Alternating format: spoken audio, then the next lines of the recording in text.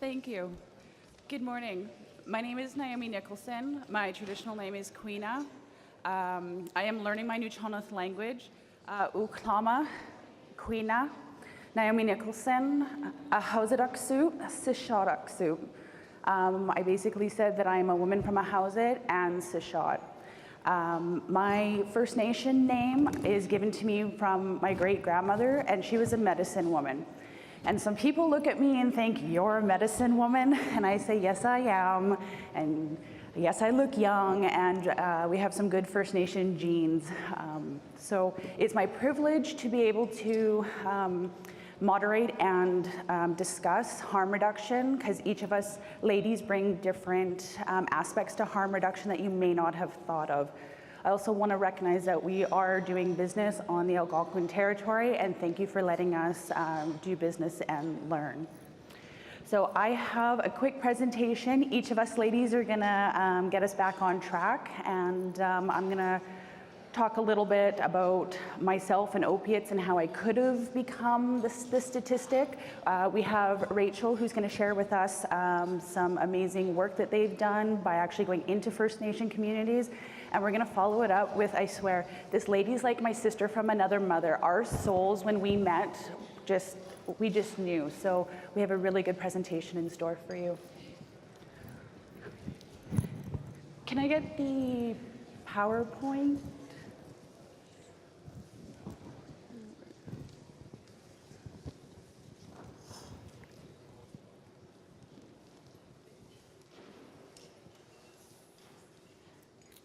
So I want to kind of start off by saying, and I like to talk and move around, that I had learned that we're all addicts. We're all addicted to something. It's the traumas that make us go either to an unhealthy side or a healthy side. I'm addicted to the young and the restless. It's 1 hour of bliss where I don't have to think. So I'm definitely waiting to go home and watch my Young and the Restless. So as you may joke about the soap opera that I'm addicted to, it is something that I am addicted to. It's a healthier addiction. Since we don't have much time, I'm gonna skip through some of this stuff. I know you can read faster than I can talk, but I really wanna acknowledge that there's some people in the room who are outright opposed against cannabis. There's some that are unsure, they're okay, and they're pro. I'm not here to change your mind, I'm here to educate. One of the things that I think is important is that people hold a strong core belief, and when there's new evidence presented, that shakes your stability in your core beliefs, so you don't want to change what you think because now you have new information. So I just wanted to put that slide up there because once your challenges your beliefs are being challenged by your community, sometimes it's hard to backtrack, and we've heard other speakers talk about that. I want to be on the same page about understanding the opiate crisis. On the medical side of things, there's been an opiate crisis ever since the beginning of time. Once you start to understand how the opiates affect the receptor cells, a lot of this stuff will start to make a bit more sense. People want to kick the habit, and if they can't kick the habit, they go more underground. Then we move into the recreational side of the opiates, where maybe you can't see a family doctor, or you can't get what you need from that person. Maybe the doctors cut you off, and then you can go to your dealer, because there's lots of people who are unfortunately feeding the opiate crisis. A couple things to understand, that there's 3 parts to us. There's our inner child, our teenager, and our adult. And each part of our personality comes out in trauma. So when you see people freaking out and having an emotional response, maybe that's their inner child coming out. If they're defiant, it's probably their teenage side coming out. And as we move towards the adult, that's where we see some of the lack of coping skills that we may or may not have. Pick your puzzle piece. Please take a look at this puzzle. These are the reasons that we have such high trauma in our communities. I know a few of those puzzle pieces apply to myself, and this is kind of what could get me into being an opiate addict. So what got me here? My quick story, I had 3 car accidents that weren't my fault. The seatbelt fused my tubes together. The doctors put me on birth control. Birth control made me estrogen dominant.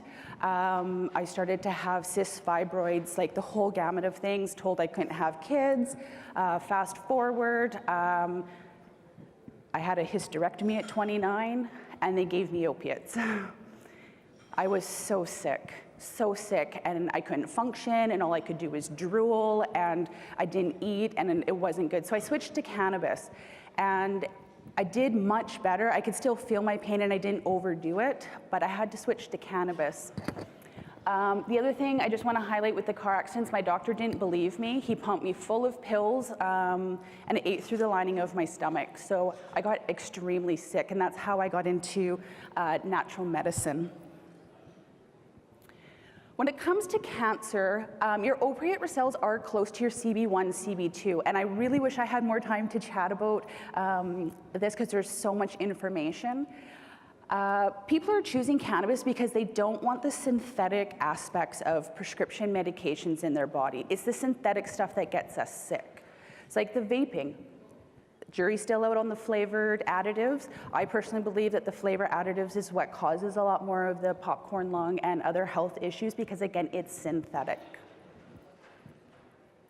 Can you play the video, please? I have a quick video about a gentleman from the Dididot First Nation. He has spinal cancer and throat cancer. I'm here today to interview a gentleman by the name of Pat, whom I have just met. Tell me a little bit about yourself. Yeah, my mom's from Dididot. I'm native from the area here. I have spinal cancer right now. I had throat cancer a while ago. They said I had 18 months to live. Then they tried to do experimental radiation on me. They did 36 radiation treatments in 6 weeks, which really hurt. The pain was unbelievable. It was killing me. Aaron gave me honey. I'm very careful when I take my medicine. I know what I'm taking. I've learned a lot about it, and it's working for me. A lot better than the prescription drugs. From what the oncologists tell me, the cannabis slowed down the cancer cells so they didn't multiply fast enough to kill me. Without the brownies, I never would have made it. I've been making brownies for 40 years for cancer patients to help them out, to help fight the cancer. All the morphine and all the drugs the doctors give me didn't do anything to help. Nothing. I'm still alive. I'm still doing good. I feel very blessed and privileged that we got to meet and have this conversation, and thank you so much. I know a lot of people are really going to benefit from what you are doing. I just spoke with Pat last week, and he told me that the amount of money in the cancer medication versus the cannabis, it is huge. So he's doing well, and he wants to say hi to everybody, and he's really glad that he's still alive, that I'm able to showcase this video for him. So I'll raise my hands to Pat. This is where I live in BC. I'm a wellness person, and I'm moving more into the cannabis side of things. We've opened an Indigenous guest house where people can come and consume cannabis. You can come over, get your massage, and walk back. So I am moving into that wellness side of things, the retreat side, and it's all about education. So whether you want to consume by vaping, edibles, topicals, there's a lot to know. And I just want to give a shout out to the ladies in the back who are making the earrings. The one lady I got earrings from said that her husband, he can't sleep, restless legs. She was even in tears because she's not sleeping. So I gifted her a topical, and I said, put it on your husband. Come back and talk to me in the morning. She said that he slept so well, and it's just from a topical. I'm getting people off opiates. Sorry, I should not lay claim. What I gift to people is getting them off opiates, antidepressants, birth control. They're sleeping better. They're overall happy because they're not in pain all the time. So even if you don't want to get mind high, there is another alternative with the topicals. The lady spoke yesterday about medicine people, and I put my energy into those topicals. I Reiki it, I thank my ancestors for it. So it's very different than having an extract dropped into a lotion as a topical. So be mindful that when you have medicine people, that your wellness is my priority, but I do have to make money, because if you want to sue me, I have to pay for insurance. So people had always brought things to medicine people as gifts anyways. So when I can make more money, I'm going to learn more and I'm going to do more to change the world. And the ancillary businesses, I really hope for chief and councils and the decision makers in the room that you take a look that it's not all about growing, it's not all about a retail store. There's going to be a lot of bad products coming to the market that our elders need to be educated about, and lack of education was one of the reasons why I started the cannabis workshops. I'm doing in-home parties, showing people how to roll joints, smoke joints, talk to them about safety, about edibles. And that's where it's moving, because people are looking for that. That's all the time that I have, because I want to share the stage with these amazing ladies. So if you have any questions, please feel free to approach us. And again, I'm not here to change your mind. I'm just here to provide you new information so that if you do decide to change your mind about cannabis or become a little bit more open to it, you have the knowledge, because I was that person who didn't believe in cannabis at all. So I've been in both places. So I'd like to pass the floor on to Rachel, and she's going to tell us information on, you went into communities and talked to members about. Okay.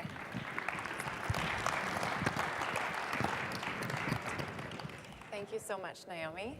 I'm not sure if that, okay, perfect. Thanks so much, Naomi. I was really looking forward to that presentation, and thank you for sharing your knowledge and your story.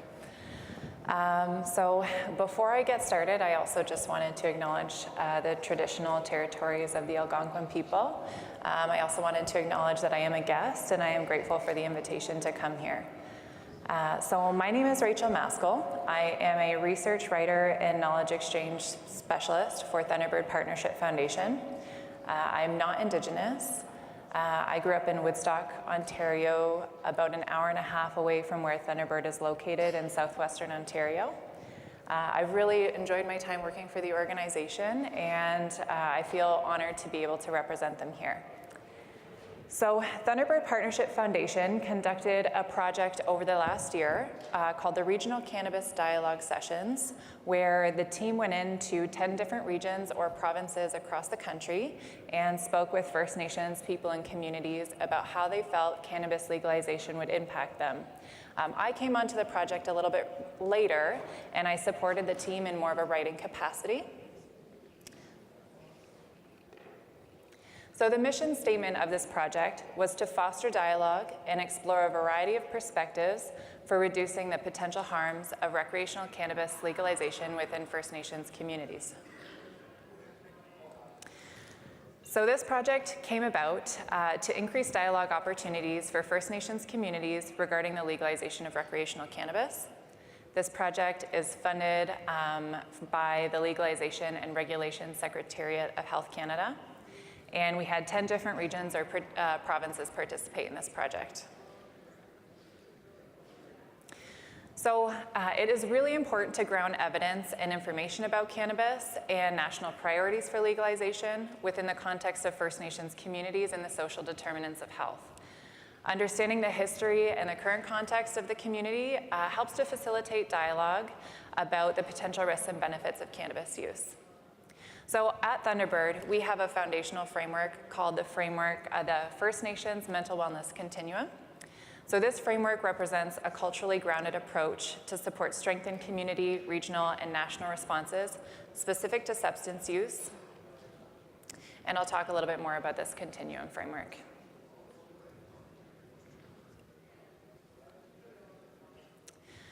So this continuum framework is organized around 5 central themes. These themes being that culture needs to be the foundation for everything, all initiatives that we do, that community development, ownership, and capacity building is key, that quality care systems and competent service delivery is key, and that it is important to collaborate with partners, and it is important to secure enhanced flexible funding. So all of the focus groups that we held, we took that information and those responses from community members, and we organized those under these 5 themes. So what did communities say about harm reduction?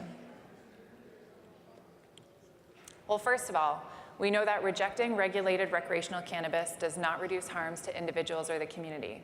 We know that people who use will continue to use, and if their only access is the illicit market, they will continue to access unsafe cannabis that might have potential contaminants such as mold, pesticides, or other illicit substances. The right to health, as stated by the United Nations Declaration for Indigenous People, means that everyone has the right to health, treatment, and prevention related to drugs. We increase harms through criminalization of people who use cannabis for personal use, such as to cope and survive. So, reducing impacts of criminalization. We know that community bylaws banning cannabis will be no more effective than the bylaws banning alcohol. So how do we do this project? We contacted key regional contacts from different communities, and they then spread out the word of the project. We then confirmed participation of different community members. Once we confirmed their participation, we held informational webinars and distributed cannabis surveys. We then held focus groups, so we went into those different regions and spoke to people in person. We took that information that they gave to us and shared with us, and we developed regional reports, so specific to those regions and those communities, and we sent it back to them so they could validate the content of those reports and guarantee that it did reflect their feelings and thoughts that they had shared. If there were any suggestions for change, we took those and we made those changes, and then we sent it back to those participants one last time to ensure that they were happy with that final product. So these are the 10 regions that participated in this project. So we went to Whitehorse, Yellowknife, Vancouver, Edmonton, Saskatoon, Winnipeg, Toronto, Quebec City, Moncton, and Truro. And in those focus groups, we talked about 4 primary topics. So the first being holding effective community conversation about cannabis. The second, defining and identifying community needs and addressing the community impacts of cannabis legalization. Mental health wellness in cannabis, and youth impacts of cannabis legalization.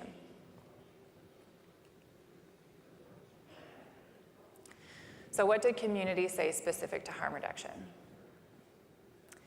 So it seems like there are still 2 schools of thoughts on the topic. Some community members are thinking about banning cannabis. They're concerned about the impacts on the youth in the community, and they're feeling frightened about the impacts that legalization might have. The other school of thought is, well, it's happening. We know it can be effective in harm reduction, and we need to know more. So there were a lot of participants that requested more information on different harm reduction approaches, and I'm definitely looking forward to what Dr. Turner is offering in her next presentation about that. So we did gather some other information, not related to harm reduction specifically, but just about cannabis in communities in general. So community members shared with us that culture was extremely important in facilitating these conversations around cannabis. We also heard that elders and language speakers are key when these conversations happen, and that it is important to promote safe and inclusive and respectful environments for all community members to share their feelings and thoughts. We also heard that community members are hoping to develop policies and initiatives within the community to reduce the impacts of cannabis legalization, including policies regarding cannabis in the workplace. We also heard that community members are hoping to be more included in the community level decision-making around cannabis. We also heard that it is important to include all members in these conversations.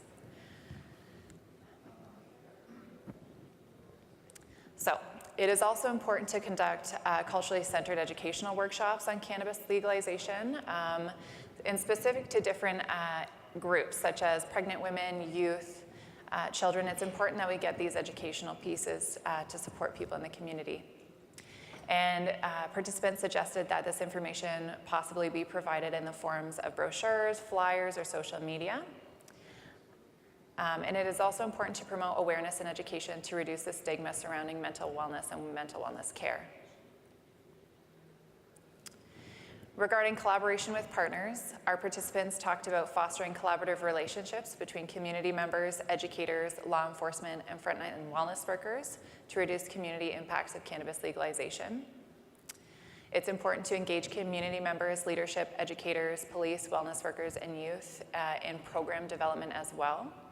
Also important to engage external professionals to support cannabis-related education and training and resource development.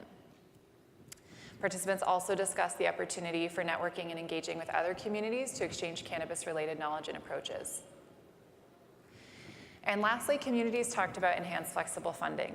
So they said that it was important to secure and maintain flexible funding to support cannabis and wellness-related initiatives within the community, and to ensure that flexible funding can be allocated based on community-specific needs.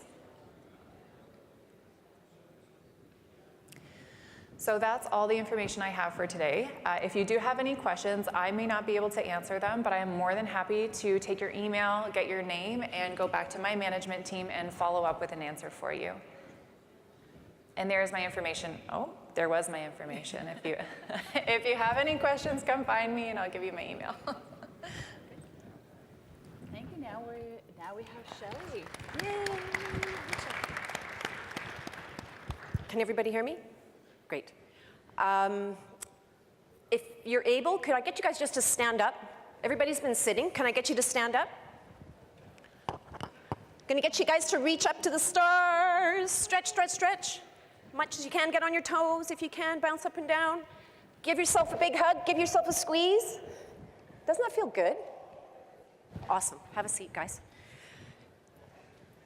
What we're talking about there is our ability to look after ourselves.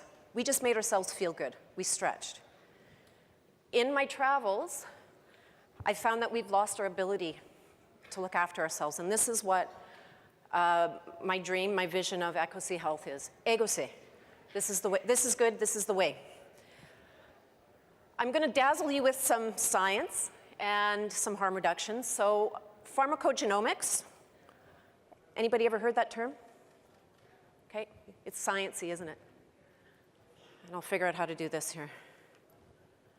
So, thank you again to the beautiful territory that we're in here. I'd like to thank the NICHC for sponsoring me to be here. An incredible gift. I feel like it's family here. It's the second one and the second time I've been here, so it's incredible. Thank you. Cannabis use in Canada. Contrary to popular belief, we did not start on fire October 17th. This is just going on by itself here, guys. So who am I? I'm a family physician that has a specialty in addiction medicine. I am an avid researcher, a clinical researcher. Through McMaster University, DataCan study, Red River College, we're looking forward to doing work with traditional medicines and cannabis, and if there are synergies, and looking at that population in Manitoba. All comers, Indigenous, non-Indigenous. I have a primary research that I'm able to dig into a data set of 4,500 patients that I've looked after. I've had over 14,000 patient interactions, and I've cared for these 4,500 patients for over almost 5 years. I'm an advocate for my patients, and I'm a pretty common sense kind of girl. Positionality is hugely important as to how we practice. The view from here, does anybody know this building? Manitobans? Thunderbird House, yay. Thunderbird House is an incredible building built by an Aboriginal architect, Douglas Cardinal. It is a place where I had a funeral for my cousin who died of an overdose 4 years ago. Positionality it hugely informs my practice. ACEs is a group that I started in Thunder Bay. It's an addictions group. We also do pain management. The population I serve are the vulnerable populations, all comers, Indigenous, non-Indigenous. And understanding my privilege that I have in the work that I do, and the stigma associated with addiction, as well as cannabis. We all know that. So is it just that I'm kind of in this area that I'm saying, yay, things are really good here? Is it confirmation bias? I have one molecule in a pill that I can prescribe for you. In a plant, I have over 500. So that's a lot of potential. And I'm here to build bridges, not only from the medical community to the patients, to communities, from my settler heritage to my Indigenous heritage. It's about bridge building. So here's the big sciencey word. What is pharmacogenomics? So pharmacy, it's the study of drugs, and genomics, it's the study of genes and how things work in our body. So how do drugs work in our body based on our genetics? When you understand this concept, we have the ability to develop safe and effective medicines through testing. So I'll give you a quick overview, science stuff. So this is talking about the genetics of addiction. So you could look at a profile of a patient that you've done a panel on and say, I'd really love to prescribe you opiates. No, I wouldn't. However, your genetic makeup is such that you may be at risk for developing an addiction. So understanding the prevalence of an addiction in a community is hugely important, but also on the individual level, because it gives that person choice. Understanding what your genetic makeup gives you choice. So just a little snapshot of this. It was a twin study. This is a cocaine and cannabis study. Almost 2,000 twins were studied, 35% identical, so they had the same DNA. They had fraternal twins, different DNA. Look at the genetics for that. Genetics account for 50 to 75% of addiction.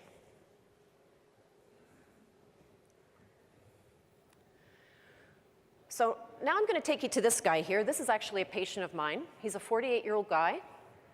He was a farmer as a kid, has had a number of injuries. But when you look at that, back problems, he's anxious, he's had some heart disease, he's got some stents put in there, and he has sleep apnea. So I don't know if anybody here has sleep apnea and you have to wear a mask and to help keep your airways open, it's a pain in the butt and you can't sleep. But I'd like you to look at the medicines that he's on. Tylenol, number 3, so that's codeine. We have venlafaxine, which is an SNRI, it's an anti-anxiety medication. Effexor is another common name for it. Zopiclone is a sleeper. Gabapentin is another drug that we use for pain, pardon me, but also for sleep. Hydromorphone is Dilaudid. It's another opiate. So if we combine all this data so I'm seeing patients, I'm collecting this clinical data, my patients do tests and scores, and they're really tired of me asking them to do it because I say, we're doing science. But the majority of the patients that I see, regardless of the addiction, pain, mood, and sleep, common theme. The conditions often overlap, and a lot of these patients will cycle through a ton of medications before they find their jam, their right mix, and even then, they may be having a low quality of life. So is cannabis magic?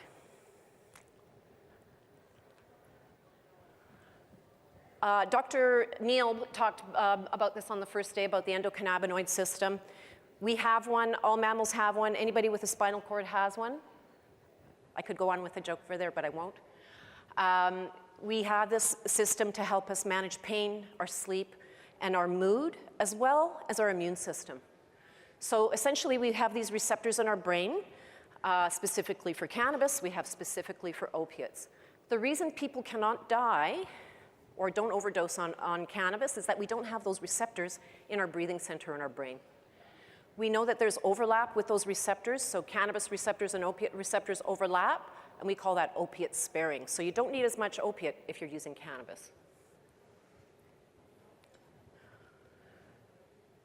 This is what I want you guys to get from this slide is that there are synthetics available. So if you have a receptor for cannabis, cannabis only attaches to probably half, or we say partial agonist. When you have these guys, the synthetics, they're fully stuck on the cell.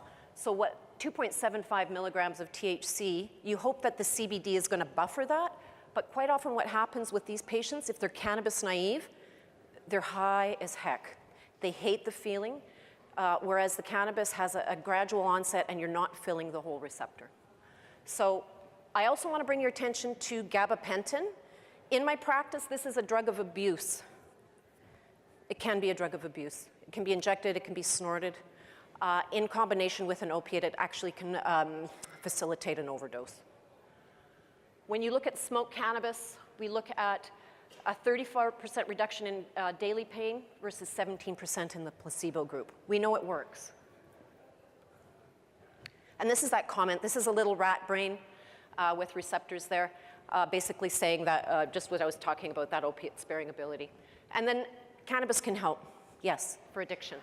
I just want to bring your attention to, so crystal meth is a huge thing that's devastating communities all over North America. I just want to bring your attention to this study here. So this is a poor little rat, or mouse, I think. They did a test on these guys where they're giving the rat CBD. It's also addicted to crystal meth. And so by escalating the dose of CBD, these rats essentially stopped craving it, and they didn't hit the button for it. And that required 80 milligrams per kilo of CBD. So that's a big whopping dose. And will it work?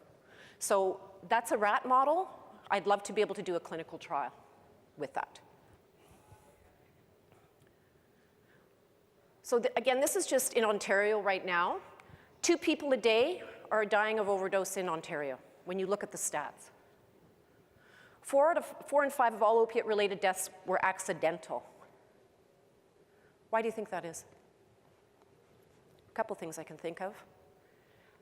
Drug supply, so fentanyl, coming from China, adulterated drugs, and then also something that our medical community did, created the National Pain Guidelines, and it was, you know, like this hot document coming off telling us to reduce opiates in our patients regardless, and doctors went full tilt.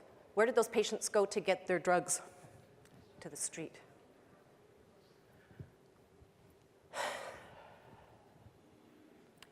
Accidental opiate overdose increases when opiates are co-prescribed with gabapentin.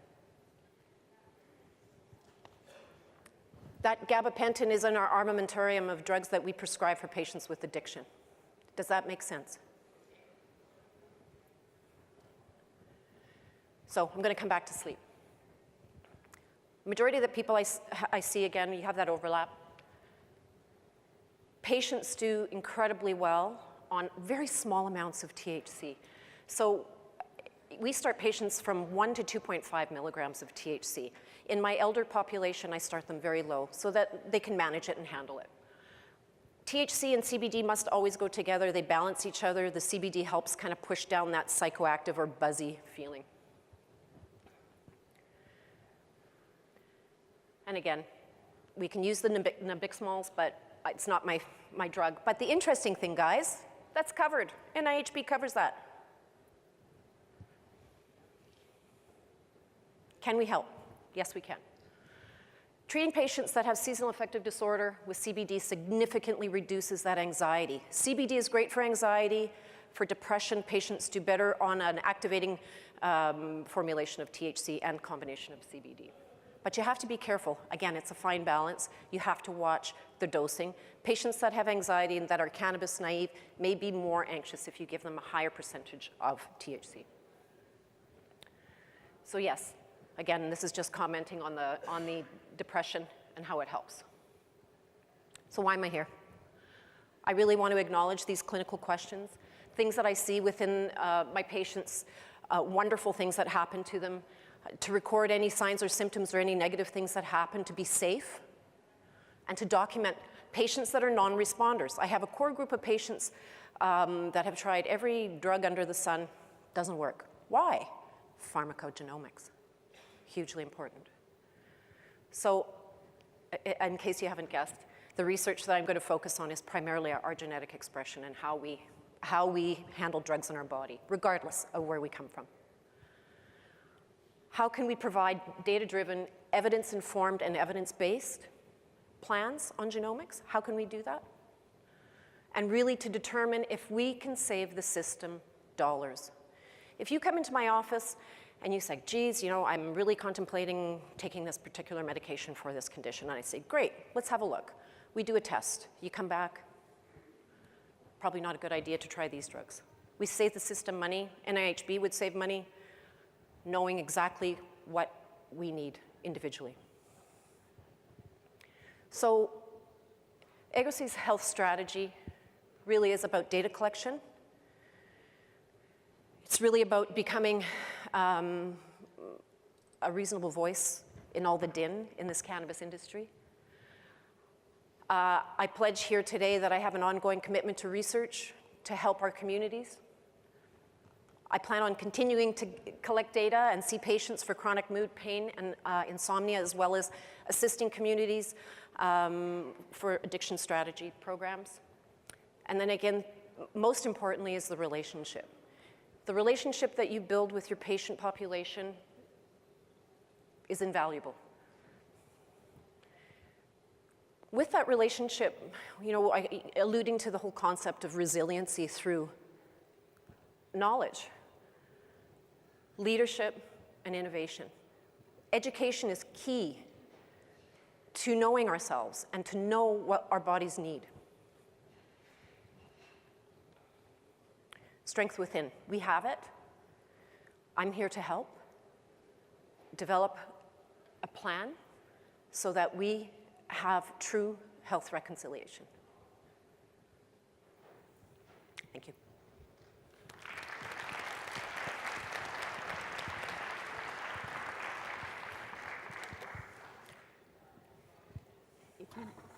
If you need a guinea pig, she can have my blood, my hair, whatever you need. I don't know what time it is, but I want to keep us moving along for the next presenters. Just a couple things that I'd really like you to think about as you come away from our session.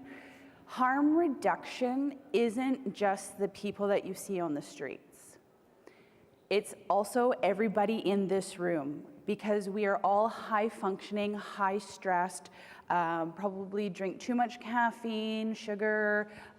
We are responsible for a lot of lives with the jobs that we carry. And how I got back into cannabis was I needed to sleep. Being in menopause, everything that's happened to my body, the traumas, the muscle memory, and I wish I had more time to chat about the muscle memory. I tried an edible and I slept, and as Dr. Shelley was showing on her slide, that's what I needed. All of a sudden, life got better. I'm losing weight. The CBD has calmed my anxiety. Before, I would have just been pacing, going, they're not on time. What am I going to do? And now I'm just like, well, just roll with it. All the chatter that's in your brain, especially for the women, that I'm not good enough, I'm not smart enough, I can't do this, I forgot about this, that starts to go away. So CBD can be very subtle. Mark my words, within 2 to 5 years, CBD is going to be an ingredient. It's going to be considered like a vitamin because it balances so much on the endocannabinoid system. And I understand we're still in our infancy of everything, but it will happen. I really hope that we've been able to open your minds to a different side of harm reduction rather than, like Rachel was saying, if you ban cannabis or alcohol in your res, there's the next dealer that's going to bring something in. So let's use what, in the positions that we have, let's learn and then use what we learn to educate others, because we can't change the world unless we share the knowledge that we have. It was our privilege to share our knowledge with you, and thank you so much. Chooch, Kliko. I have no idea what time.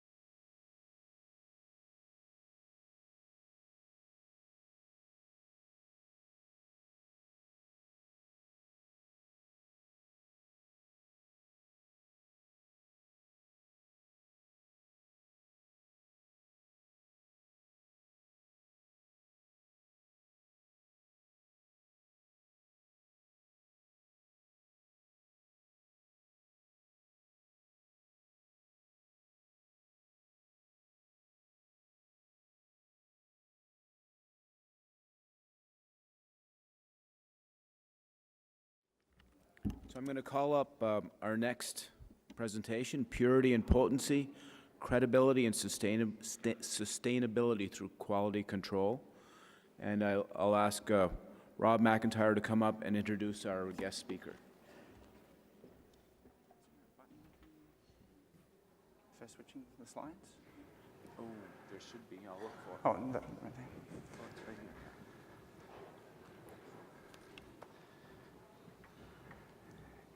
Good morning, Rob McIntyre with Salvation Botanicals. I'd like to recognize that we are on the territory of the Algonquin, and I'm honored to be a guest here. I think I've probably spoken to most of you, either at this conference or in Calgary. So Salvation Botanicals is, we're a licensed dealer under the regulated system. We've got analytical testing. We're a processor, pending final approval. We also have a hemp producer's license. We have a First Nations model where we're working a program with the Selk Nation on Vancouver Island and Chief Gordon Planis there. And we also work very closely with craft growers. Our booth here is about Salvation Bioscience, so a testing facility, all about quality in the finished product in the regulated system.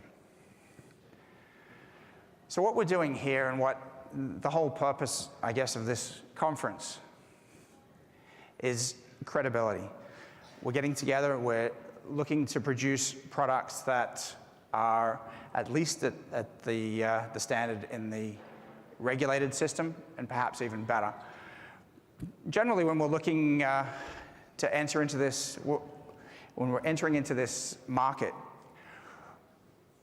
we often look at the key components from a company standpoint. You know, is it profitable? What's our return on investment? How are we controlling our costs? What's our branding? How are we going to raise the capital to get in? These are all great questions, need to be addressed, but at the absolute foundation of any successful business or any successful industry is going to be the product quality. Does it work? Is the efficacy there? Is it consistent? Is it safe? And this is what quality control is all about. So we'll run the definition. Quality control is a set of measures and procedures to follow in order to ensure the quality of a product is maintained, improved against a set of benchmarks, and that any errors encountered are either eliminated or reduced. So as we're making products as we're making cannabis products, mistakes will happen. Quality control is the set of guidelines that mean that we learn from those mistakes and that those mistakes don't end up in finished goods and in the hands of a consumer. So the very good news with quality control is that it doesn't matter why we do it. Are we doing it to protect the consumer? Are we doing it simply to be compliant with some regulations? Or are we doing it to protect ourselves as the producers? The good news is that it really doesn't matter. The result of a good quality control system is going to be that we establish credibility and we create an industry that can be relied on. Now, when we fail in quality control, the costs in dollar terms, huge. We've got Toyota had floor mats, 4.2 million floor mats recalled. Cost them $3.2 billion. Samsung Galaxy 7 with phones that explode. And even Barbie's not immune with lead in the paint. That cost them $50 million to recall 21 million toys. When we look in cannabis, we've had something similar. We have had recalls, we have had failures. Microbutanol is a pesticide that is widely used. It's widely used and it's approved by Health Canada. It can be ingested. It'll be on your tomatoes, it'll be on your apples. The problem is when you come to smoke it. Microbutanol on heat produces hydrogen cyanide, which We don't need to be too knowledgeable. Cyanide, not a good thing to be sucking in. How did the system allow this to happen? Well, the regulations at the time, originally, back in the ACMPR days, it was really an honor system. As a producer, you had to sign a statutory declaration saying that you did not use any pesticides. What did we find? We had contaminants in the system. Moved to a system of self-monitoring. So now an LP would produce a product and test it themselves. Testing themselves, the quality control is under a lot of pressures internally. We still had contaminants in the system. There were recalls that affected 25,000 patients. This is in the regulated system. We moved to a system of third-party testing, and we've got compliance now. Haven't been any recalls on pesticides since we got the third-party testing. So now we've gone to a legalized system since October 17th. Is the system any better? Well, we've had, I think, 7 recalls there since regulation, covering everything from mold to mislabeled. Now, mislabeled could be a very small problem. There was one where a percentage sign was left off a label, but it's still a breach in quality control. We've got 14 batches that entered the system with record-keeping issues. We haven't received full information from Health Canada on what exactly that means. The most concerning, my eldest son is on CBD for autism. The last 2 recalls were THC products entering the system that were labeled as CBD. That's the scary one for me. So I'd say that not to say that the system is inherently broken, but to say that there is an opportunity. So to take a lead in quality control, to produce a product that is of a higher quality is totally doable. Meeting Health Canada requirements is just the starting point, but we can go much further than that.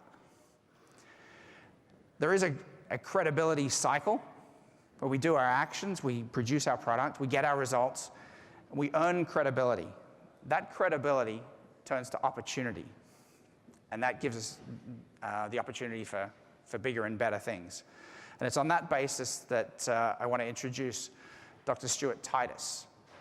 He's 10 years in the regulated CBD market in the US.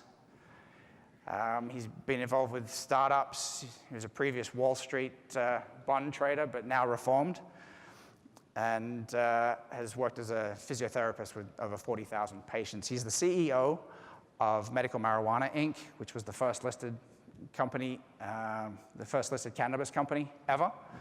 And I introduce him as a guide as to that credibility cycle. How can we use our actions to earn credibility, and what good can we do from that credibility? So I'd like to introduce you to Dr. Stuart Titus.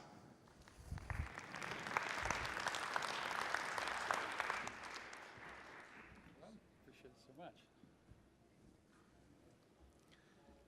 Ladies and gentlemen, it is a great pleasure for me to be here with you today, and certainly appreciate the opportunity to be here in our neighbor to the north, Canada, those of us from the United States. As Rob mentioned, I'm the President Chief Executive Officer of a publicly traded company in the U.S., Medical Marijuana Incorporated. Next month, we will celebrate our 10-year anniversary. We've been a hemp and CBD company for the past 8 years, and we've had some very interesting experiences throughout the globe in terms of bringing our products to a wide range of individuals who certainly are helping to overcome some health and wellness challenges by using CBD. Now, let's see if I can do this properly. Our company has had a good number of firsts. I think one of the great things we've done in April of 2014 was legalize our hemp CBD products into the country of Brazil for the treatment of refractory epilepsy. This is the type of epileptic seizure disorder in children that is resistant to pharmaceutical intervention. The children still continue to have these seizure disorders, but it seemed that our products, natural botanical sourced CBD, was able to help these children and these families to overcome these challenges. Certainly, the country of Brazil had seen the tremendous benefits, and even though there were pharmaceutical alternatives, these alternatives were not working. Thus, they allowed the doctors in their country to write prescriptions and import by special permit our products. Certainly, over time, the program for the last almost 5 years has gone extremely well. We service a great number of families. Currently, the healthcare system in Brazil has become very progressive, seeing that many children had previously been on 10 to 12 medicines to try to control their seizure disorders, and found that with 1 or 2 meds plus CBD, all of a sudden they're able to effectively not only control the seizure episodes, but that many of the children are actually starting to develop much more normally. Better emotion, better cognition, better social interaction, etc. So with these benefits, and of course the cost-saving benefits as well, when you start to be able to remove 8 or 10 different medicines and still achieve very effective results with patients, of course, in a socialized system like Brazil, this has tremendous implication. February of 2016, we had to develop a special fully THC-free product to be accepted by the country of Mexico. Nonetheless, we went ahead and did this, and certainly this has been a great move forward. Having this particular product actually has allowed the World Anti-Doping Agency to recommend that, yes, athletes, professional sport and Olympic athletes can use CBD as long as it does not contain THC for professional sport and Olympic competition. We've also had some wonderful experiences in the country of Puerto Rico, where we currently have 12 product registrations, and then we've been able to legalize our products in the country of Paraguay as of May of 2016. Last year, December of 2017, 2 years ago now, we introduced our fully THC-free products into the European markets. We currently have one of our divisions, which is a multi-level marketing direct sales company, doing some great work over there, about 50,000 current brand ambassadors in the European Union offering and selling our products.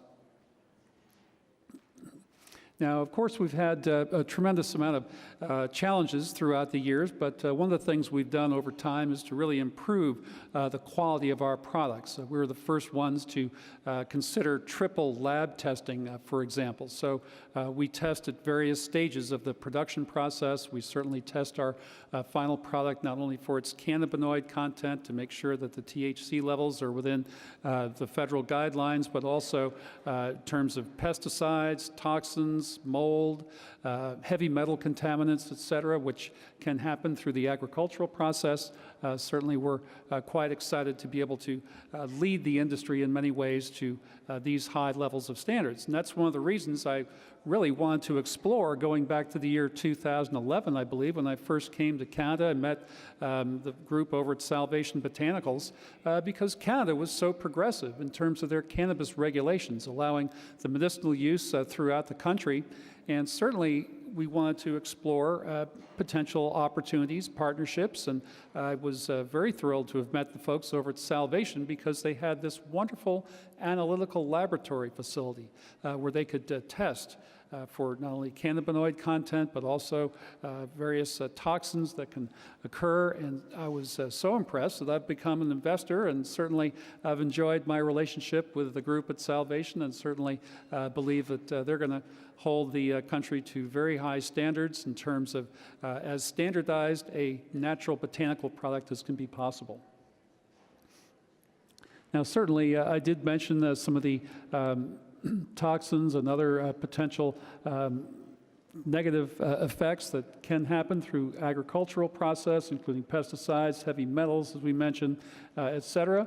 But also we're interested, of course, to test for the beneficial plant compounds. And the cannabis plant family is widely expressed with these amazing chemical compounds. You have now, I believe, 146 identified cannabinoids. We have a tremendous amount of terpenoids. We have flavonoids. And certainly these combinations are going to, I believe, develop a wonderful future, kind of bringing us back, if you will, 200 years to when all the doctors of the world were really botanists, because all their medicines truly came from plants. And today, of course, we do have a tremendous amount of pharmaceutical medications on the market, but nonetheless, even though back in 1986 in the US we had an FDA approval of a synthetic THC. Back then, it was known as Marinol. Today, it goes by the generic term dronabinol. And even though this is FDA approved in the US and patients can go to their doctors and get a prescription for this particular medication, patients, by and large, would rather spend money, take their time, go out of the way to a dispensary to purchase the natural botanical form of cannabis because it works so much better for them. Of course, you have all your entourage botanicals. You don't have the negative, unwanted side effects of the synthetic cannabinoids. And certainly, we're quite excited about bringing back the natural botanical form of cannabis as a true medicine where it naturally belongs. Now, around the globe, there's a tremendous amount of research being done on cannabis, and particularly we're very interested in the CBD side. Certainly, this is a very growing market sector. In the U.S., we estimate that the total overall cannabis market in the U.S. to be $120 billion annually. This is from the legal sales in markets such as Colorado, Washington, even California now, as well as the illegal illicit black market. And this year, 2019, Forbes mentions that the CBD market is expected to be $1.2 billion. So in essence, the CBD market only represents 1% of the overall cannabis pie.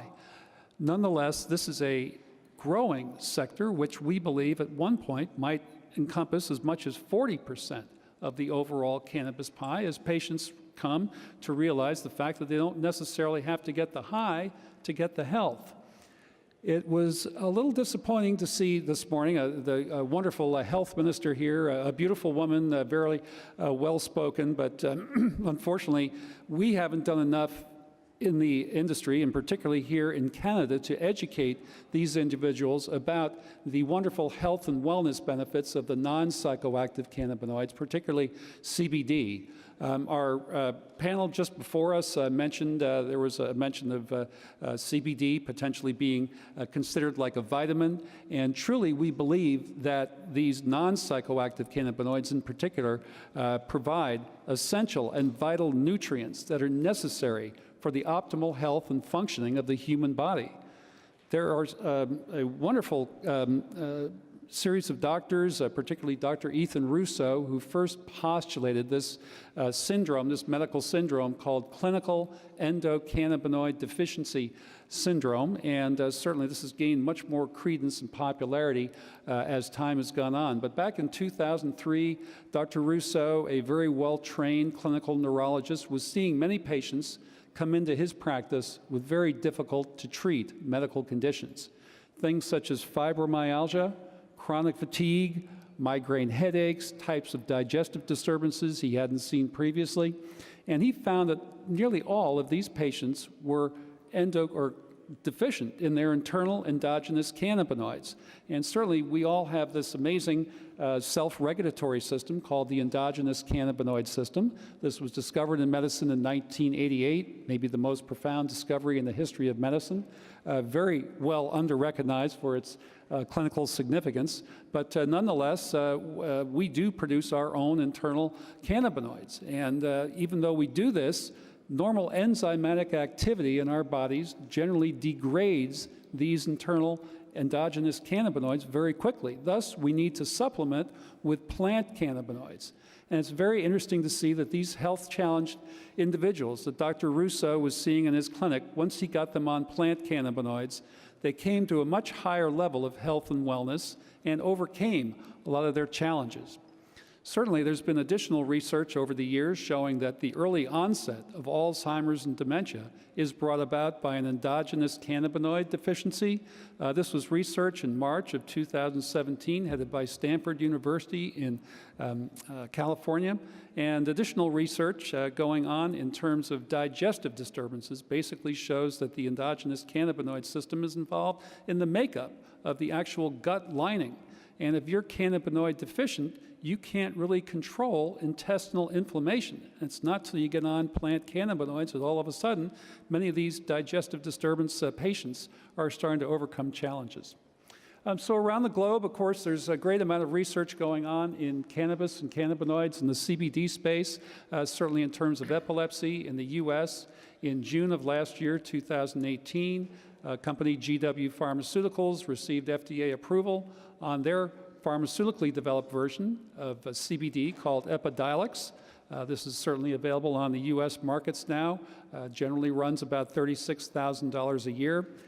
We've had 3 clinical studies done, 2 in Mexico, 1 in Brazil on our version of CBD, and certainly we believe that the natural botanical version, the way we've formulated, is actually getting twice, maybe even 3 times the average motor seizure reduction in these children.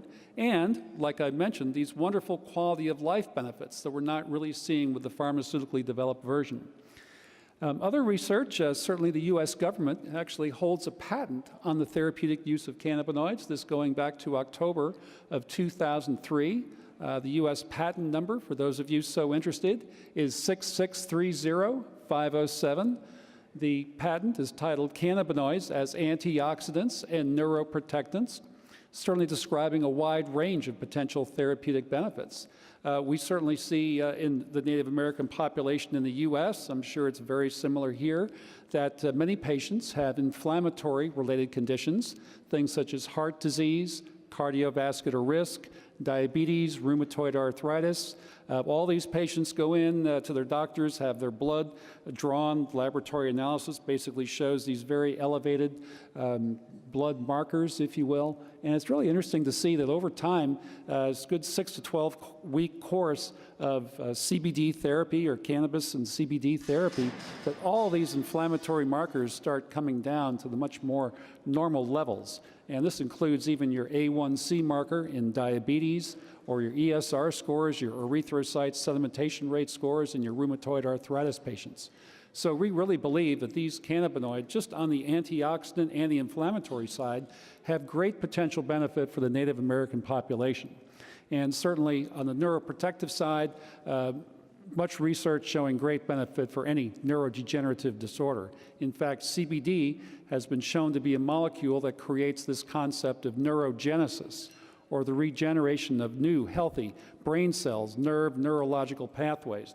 Now, this has only been shown in rats and laboratory test setting, but nonetheless, we believe there's significant benefit for humans, and we look forward to being able to do much more clinical study and research as the U.S. government has now allowed for a much more lenient posture and stance towards hemp and CBD. So in December 20th, actually, President Donald Trump did sign the 2018 Farm Bill.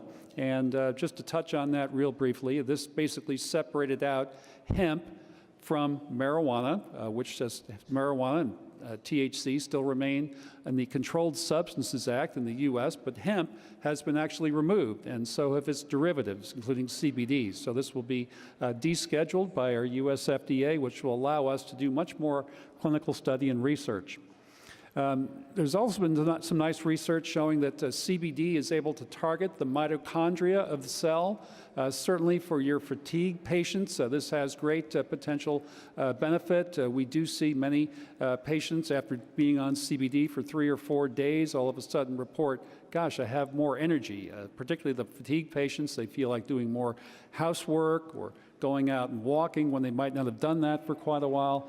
So it's very interesting that CBD is actually able to help generate, or at least help the mitochondria of the cells to generate these ATP energy reserves.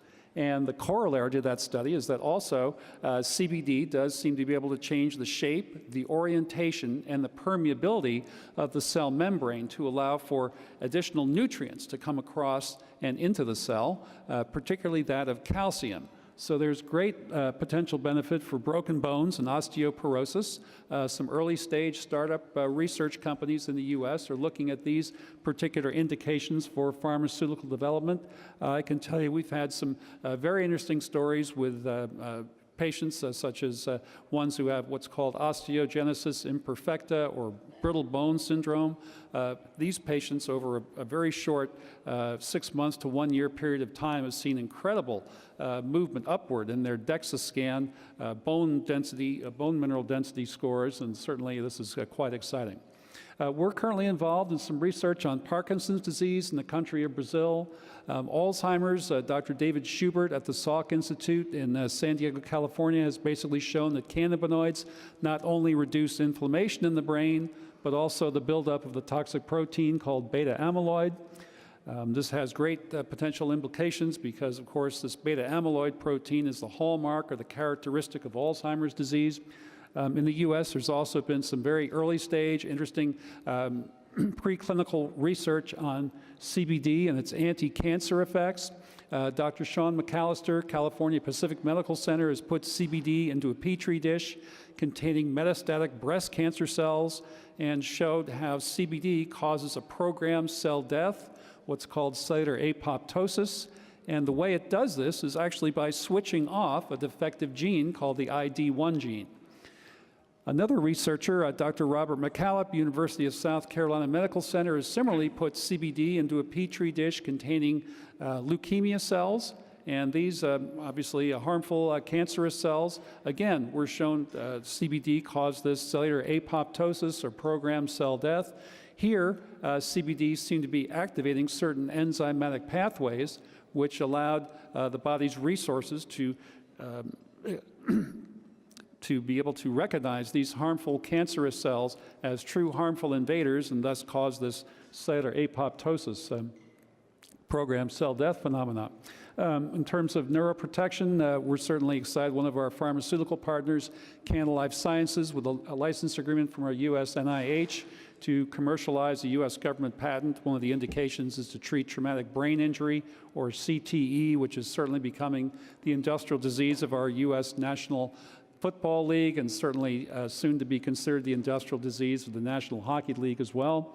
And of course, in terms of opioid addiction, some very interesting early research, but nonetheless showing that these cannabinoids have some great potential benefit.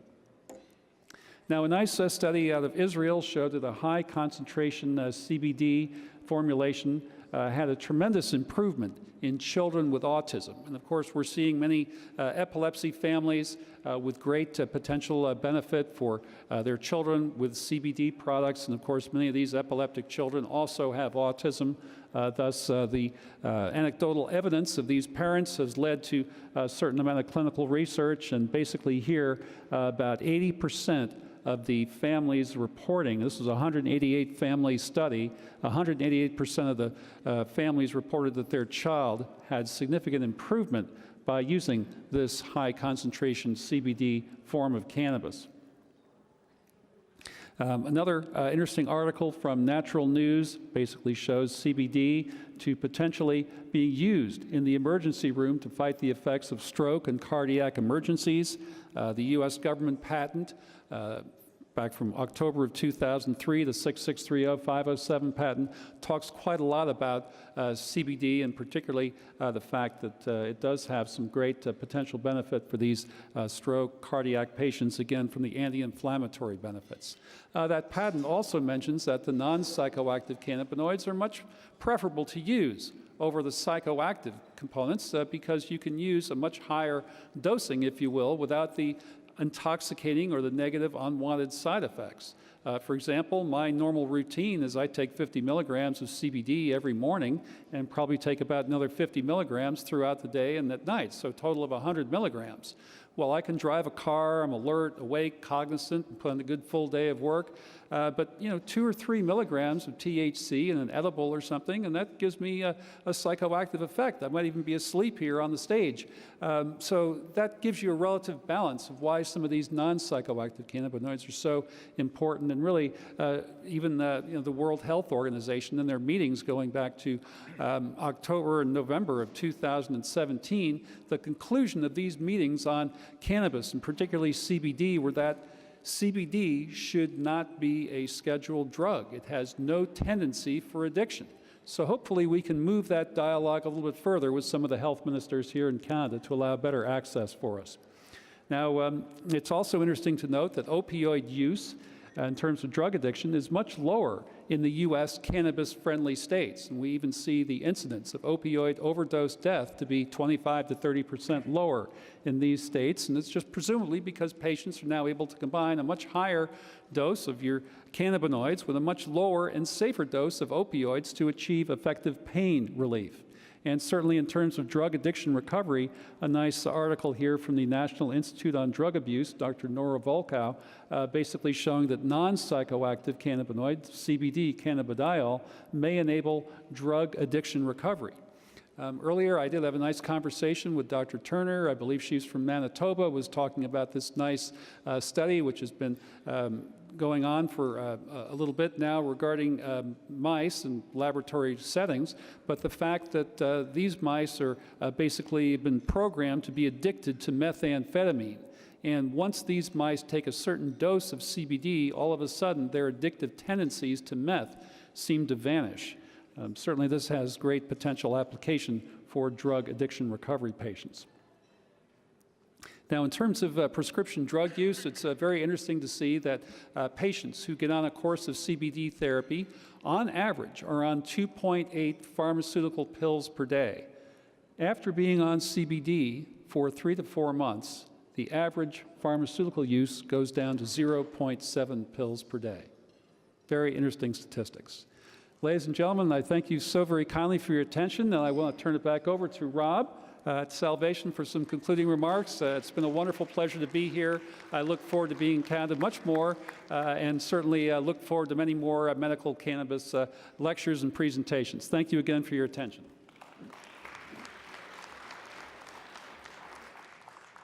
Well, thanks very much, Stuart. I'm sure we'll have some questions on there. I think there were some more slides.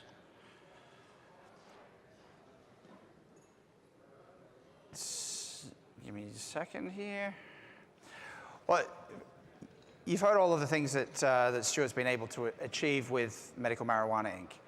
It all comes back to a very, very basic premise that they started with, which was producing a very good quality product. 0 recalls in 10 years, triple testing of the product when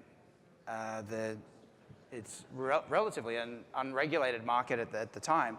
So they've been exceeding the regulations and doing that with a real focus on making sure that the product worked, that it is safe, and exceeding the regulations. So how does that translate to what we're doing here? Well, we're looking to build an industry. Quickest way to kill an industry is to produce products that don't work or that are not safe. We have credibility has momentum. We start doing the right things, we do it in the right way, we keep doing them. That will open opportunities, and those opportunities lead to an industry that is supportable, stable, and will thrive. In quality control, what can we look at doing to raise the bar of regulation? We can look at the timing of tests. When do we test? I hear my product is tested. I hear it quite often. There's testing and there's testing. We've got to test for the right things at the right time using the right methods. So the testing, we can test a raw material to bring it into a production facility, into a processing facility. It may pass a pesticides test. By the time we extract it may now fail a pesticides test. We may have a small amount of pesticides in the input material, but we may super concentrate that through the extraction process. So we need to have a quality control system that will identify that as soon as possible. We can look for environmental contaminants. If we're growing, we can look for before we even plant. Obviously, Stuart's focus is in CBD, and that's sourced from industrial hemp. Now, industrial hemp, and we've seen all of the benefits of industrial hemp of CBD, and that is probably a great way to build this industry. It's as a first step argument with our chiefs and council. It's very hard to refute industrial hemp as a very safe entry point into the regulated market. But environmental testing becomes really important. So we test the water, we test the soil, we test existing contaminants. That's all part of the quality control network. We even look at neighbors, because oftentimes it's not what you do, it's what your neighbors do that will impact the quality of your product. We need to not only test for contaminants, we need to identify them. There are some contaminants, some molds, that we can eliminate through extraction. Others we can't eliminate, and it's a failed batch. You need to work with your quality control people to maximize yields. We need to work through the process. How is the plant growing? How is it developing? At what time do you want to harvest? All of these things are a part of our quality control network. Terpene profiles. It's not required by Health Canada. This is a test above and beyond the requirements, but it's very important. It's the terpenes that will regulate the effect that it has on the consumer. We look at, it sounds like a lot of testing, and I'm an analytics lab, of course, more testing the better. But if we're looking at the efficiency of testing, doing the right tests at the right times. Sometimes it's too early to do a pesticide test. You can do that later in the process. Again, part of the quality control network that you need to build up if you're going to be successful in the cannabis industry. The next step that a good quality control and analytics facility can provide to you is an interpretation of the results. It's one thing to get a result, it's another thing to have the explanation as to what it means. So, in summary, we're trying to create an industry. In order for that to happen, we need to establish and maintain credibility. We need products that work, that are safe, that are consistent. That builds credibility, and credibility is really the currency that will have the regulators sitting up and listening. It's critical to brand loyalty, of course, corporate profits, but it is the key to building an industry that is sustainable. Now, we can look at this regulation as a necessary evil, or we can view it as an opportunity. It's how we choose to frame it. And I'll leave you with the quote there. That credibility is a leader's currency. This is designed for an individual, but it works for a company. It also works for an industry. Credibility is a leader's currency. With it, you're solvent. Without, you're bankrupt. So I'd like to open the floor to any questions that anyone might have on quality control, perhaps for Stuart and his experience in the CBD market.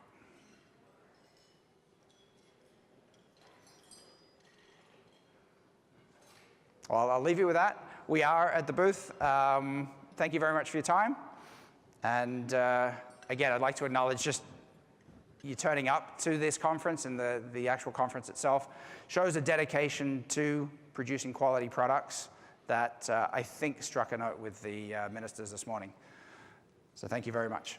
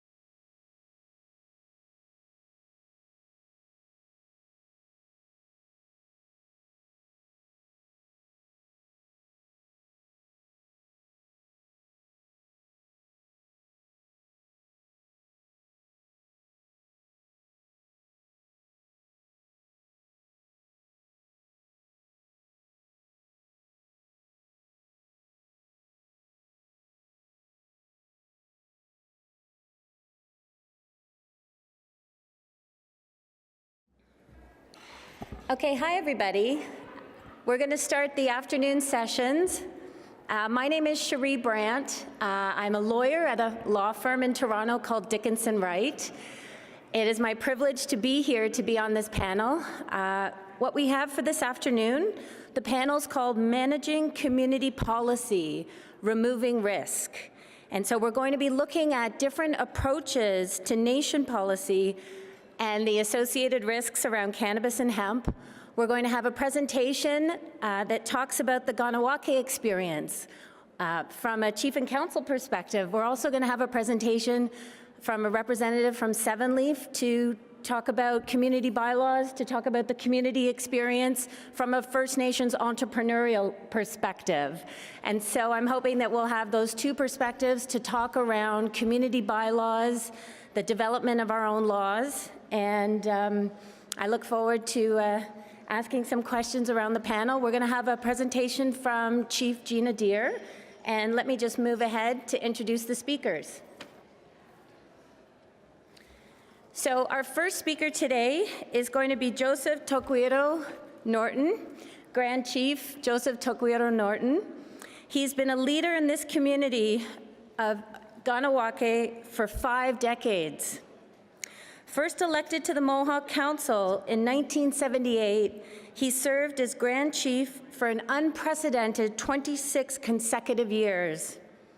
He entered the world of private business in 2004 and returned to the political forum in 2015 after successfully attaining a 14th term as a Grand Chief. He continues to dedicate his energies to improving Ganawake's future by promoting educational, cultural, and business concerns while defending and promoting Ganawake's jurisdiction in all matters that relate to community needs and aspirations. We're also going to hear today from another speaker, the Chief of Ganawake, Chief Gina Deer. And Gina Deer is serving her 3rd term as elected member at the Mohawk Council of Ganawake. She currently holds several portfolios that are both challenging and rewarding, such as economic development, intergovernmental relations, gaming, cannabis, and community safety. Before being elected to council, she served for several years as a police officer with the Ganawake Peacekeepers. She is an independent business person, and as evident in her political work, she maintains a strong commitment towards local jobs and the economy. And our 3rd speaker is Lorraine White. Lorraine White is the Chief Legal and Regulatory Officer at Seven Leaf.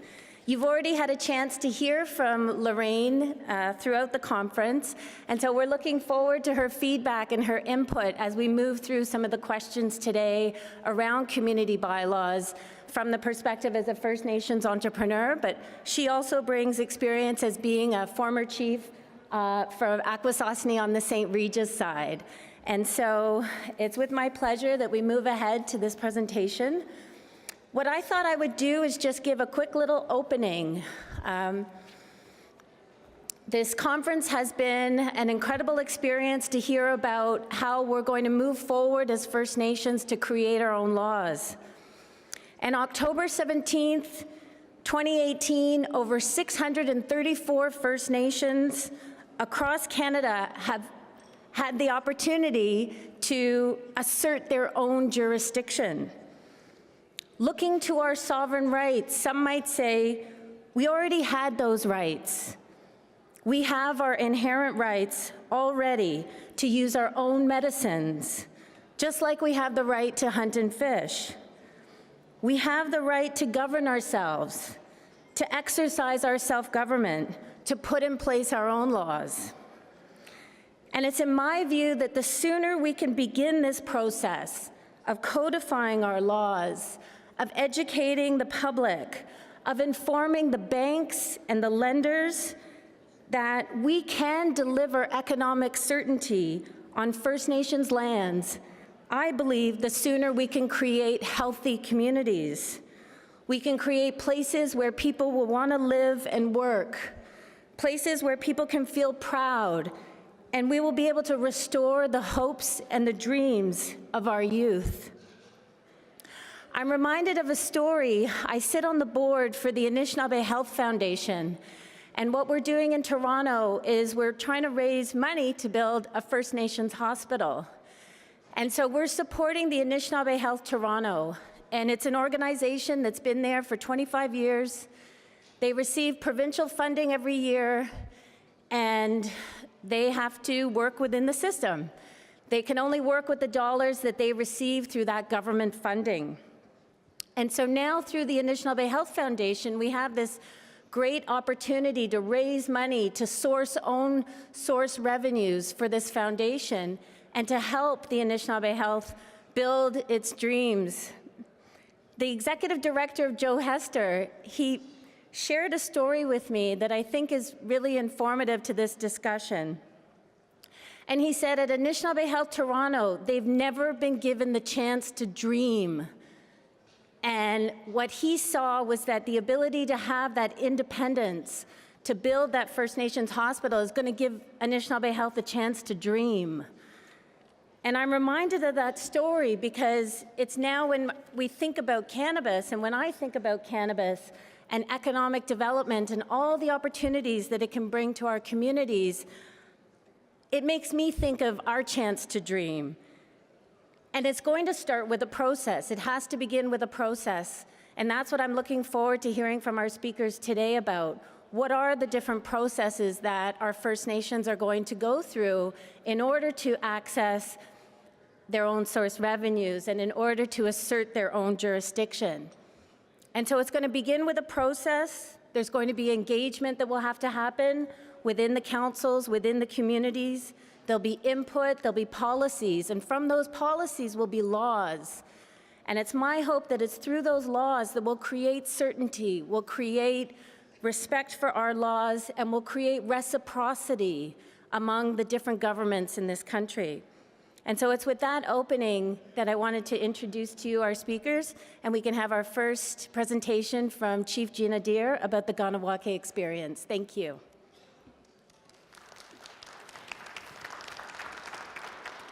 Okay, so I'm starting. Okay, I'll just stay here. You got me on there? Okay. Thank you for having us. I'm very happy to be here. The Kahnawake experience has been a very lengthy one. Back in 2016, the Mohawk Council of Kahnawake decided that with the new pending legislation on the legalization of cannabis, that we should become very proactive on this. So we started to consult with our community about it and started to educate them on what that means, because our community was a zero tolerance community. So for people to look at cannabis as a legalized product, it was really difficult. It was a bit of a pushback in the beginning. People were saying, listen, we're zero tolerance, we want to maintain zero tolerance. And we said, yes, we will. We have to try and view cannabis as we do alcohol now. It's something that is going to be legal. You're going to be able to purchase it, and we're going to have to deal with it. So the first thing the Mohawk Council of Kahnawake did was put a moratorium in place on any sale, distribution within the territory. So we said, with the moratorium in place, we will begin to consult with community and make our own law that will be, for us specifically, tailored to us and our needs. A little bit of history about Kahnawake here. Kahnawake has approximately 6,000 residents.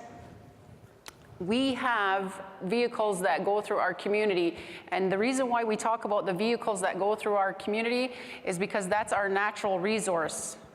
Now that we've been, put in an area where it was built up around us, our hunting and fishing, it doesn't happen in Kahnawake anymore. It's very, very minimal. We actually have another territory further north. It's called Jowadodu, and it's closer towards St. Agathe, Tremblant area, and that's where we have to go do our hunting and fishing and gathering now. So the natural resources, the people that come through our territory, and we sell things to them. We have several businesses within our community.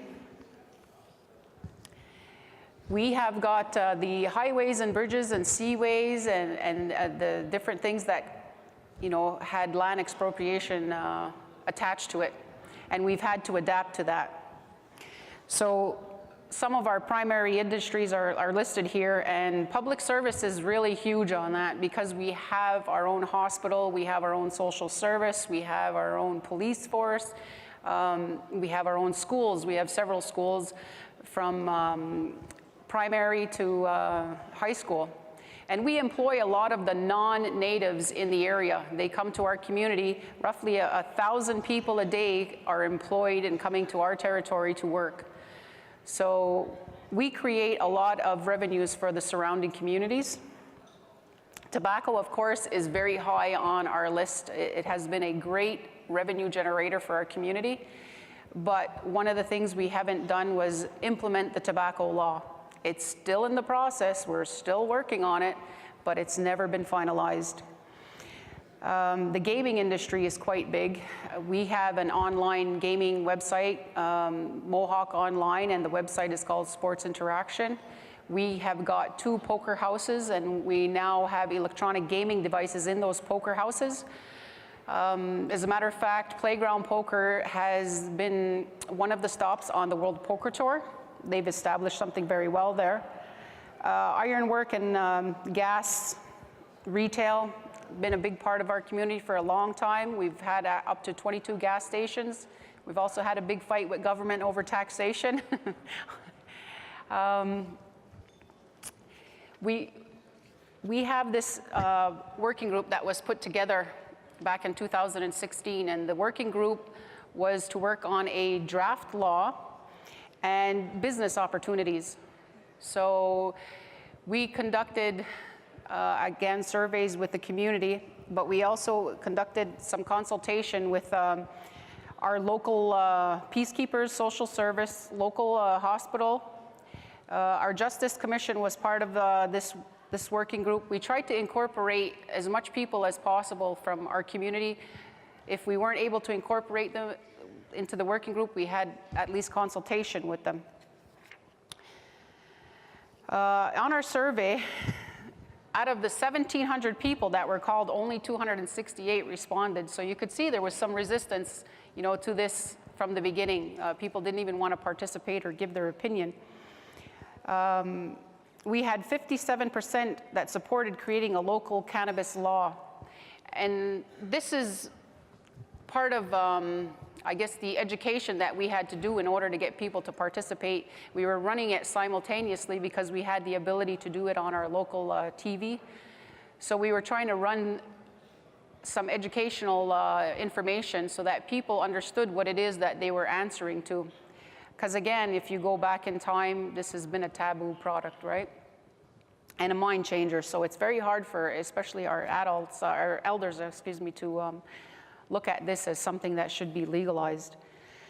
The support for production was there, but it was very close, 52%.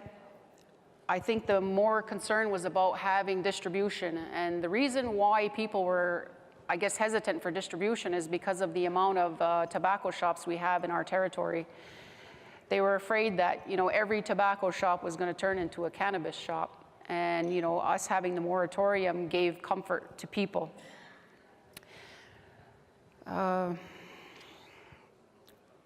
We have a process in Kahnawake that's called, the Kahnawake decision-making process. And we were utilizing this process to create the law. And we get input from community. Community can participate in hearings as well as meetings as we try and move this law forward.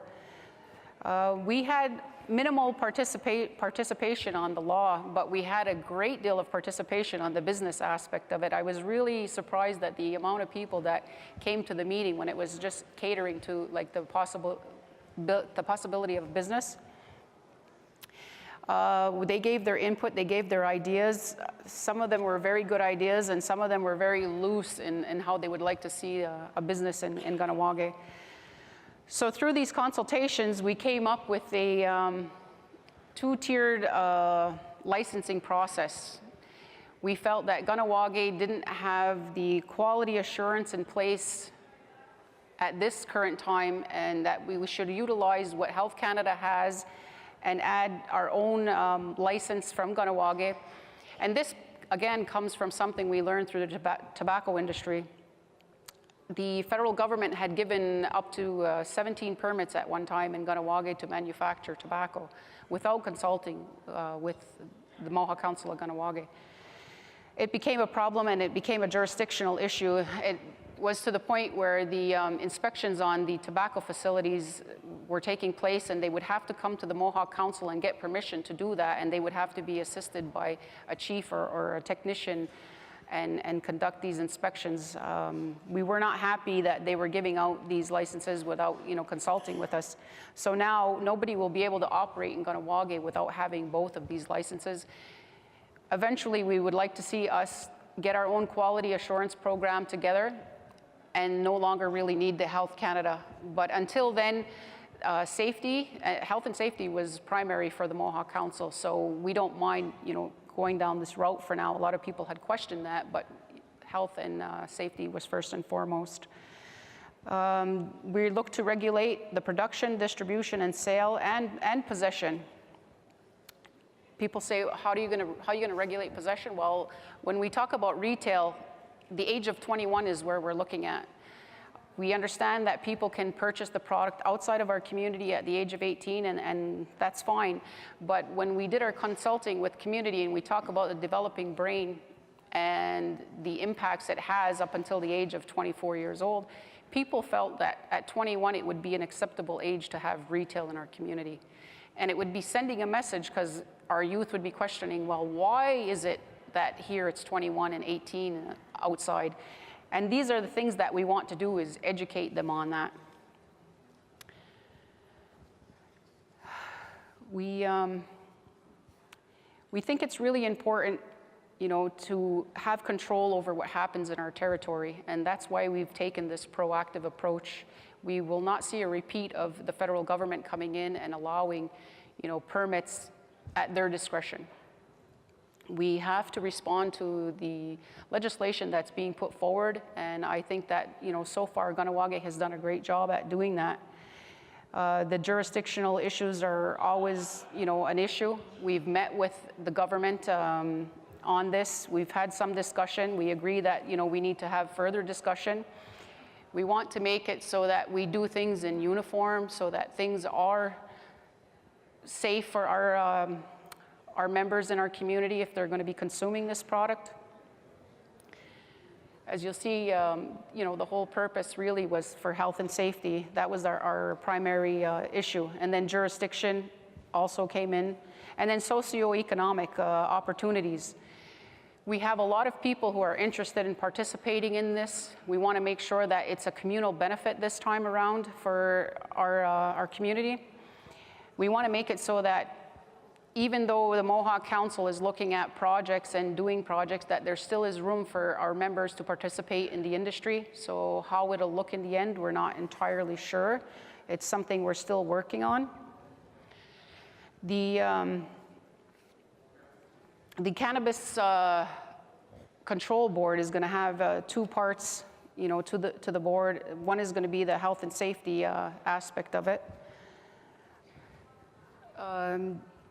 For us, right now, the prohibition is in place for the sale, distribution. There's to be no activity currently.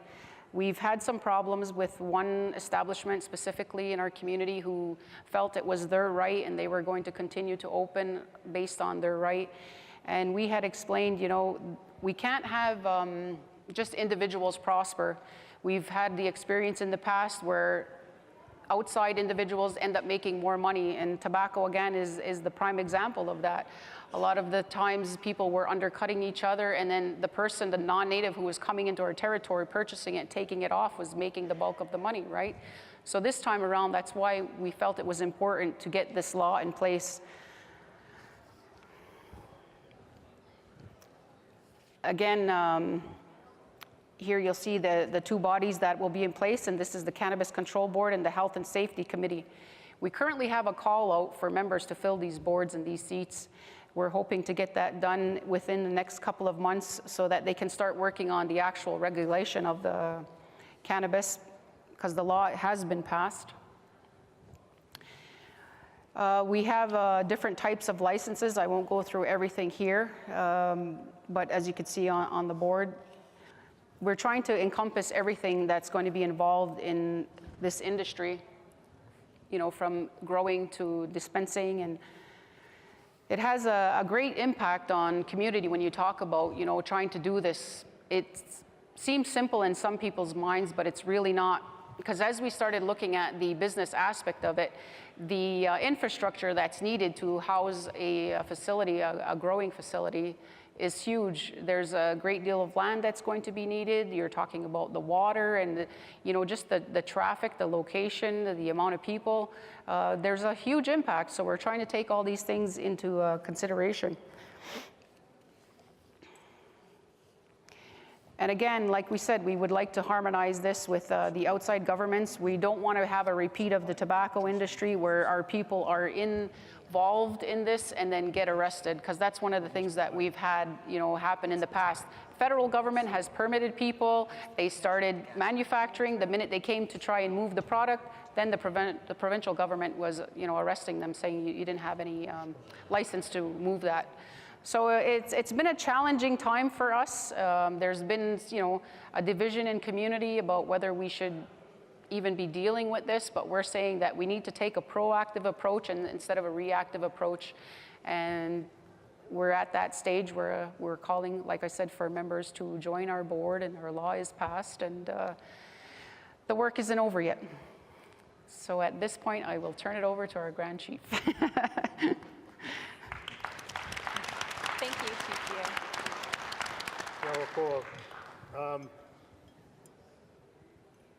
Gina has pretty much covered, Chief Gina has pretty much covered the all of the things that are that set the background to where we're at and where we're going. She's done a tremendous amount of work in that field, and has really been able to bring to the surface, you know, what this is about. I'm no means an expert in this particular area, and this is the second presentation I'm making. The first one, which Lorraine attended also in Calgary, back in November, I think it was. It was just a testing ground, if you will, in terms of providing a community approach. And at that time, we explained that, you know, we're in the process of moving through the law and getting things moving. And now we're past that. We're going into the next stages, as Gina has explained, with the Cannabis Control Board, as well as the health, the committee to oversee the health side of it. It's been a head scratcher in a lot of situations. I mean, there's she only scratched the surface a little bit about some of the opposition. I won't go into any detail, but there's a lot of stuff that happened over the course of that time. People who were either dead set against having cannabis as call it a product in Kahnawake, and whether it was for health purposes or whether for commercial use. And then there are others in between who were dead set against anybody controlling, you know, them. And they just wanted to do what they wanted to do, and it pleased. And she gave an example of one who we've had to bust on a number of occasions now. As recently as, what, 2 weeks ago? Yes. 2 weeks ago. And that's going to continue until we have the law in place, licenses are given out, and all the rules are set. And it's going to take a little bit of time, but people are going to have to be patient. On another plane, in terms of, from a political point of view, from the politics involved with this, I wasn't too overly excited. As a matter of fact, the comment I make is thank you, Canada, for dumping this on us in an ill-prepared kind of sense and really rushing like hell. And we weren't the only ones. I mean, all the municipalities, everybody across the country were not ready for it. I mean, the policemen's brotherhood, or whatever they're called, the police chiefs of Canada really came out strong in terms of, you know, where's the resources, where the RCMP said the same thing, and so on and so forth, municipalities, the mayors, and right across the country were very concerned about how do we handle this. And from what I saw out in Calgary and what I've seen here, I've been only here since this morning. You know, you have to really pat yourself on the back for being progressive enough to move ahead. And I think in a lot of instances, moving ahead of what the provinces and what the municipalities are doing. Despite the fact that Canada and the provinces are divvying up all the profits from this in terms of the taxes and those sorts of things, you know, and kind of pushing us on the side and saying, well, we'll give you something. We got to come to the forefront. We got to stand up and say, no, we are not limited in our quest for economic development, for self-sufficiency, and you know, you're not going to limit us to the age-old, and I don't condemn that of what we did at one time in terms of to survive, because we don't survive on hunting and fishing and trapping. A lot of us don't have oil resources, gas resources, timber, and all the things that are natural. We don't have that anymore, as Gina has pointed out. Kahnawake, where we live, 15 minutes from Montreal, we have 100,000 cars a day that go back and forth. That's our natural resource. That's what we live from. So this cannabis industry now fits perfectly into that. So we have to somehow work that into our system from a medical point of view, which is the first and foremost, I guess, priority. The community members have clearly demonstrated that that's what they're looking at. And then the health and safety part of it. I look at this cannabis industry and the possibilities as one of number of initiatives in our community under the trade and commerce label, and saying that, you know, we're in the gaming industry, we are into technology industry, and a number of other industries too, including wind energy, you know, and so on and so forth, and we're deriving benefits from that to be able to be self-sustaining. This is one of those things. So yes, it's important. Yes, it's got a lot of tentacles attached to it, and it makes life miserable at times. I'll say that. But we're moving. We're moving forward, and it becomes another part of that.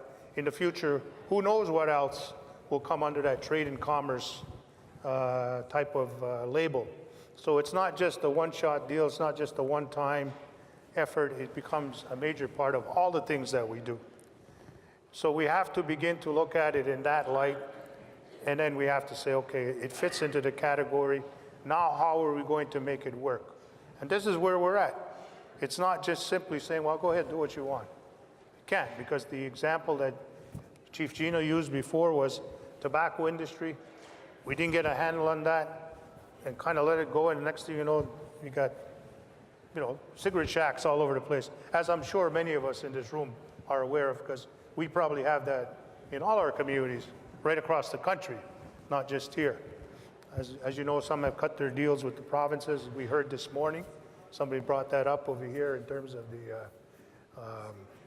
the tax returns on that. So what we're talking about here is, you know, taking complete control and putting in place a whole regime.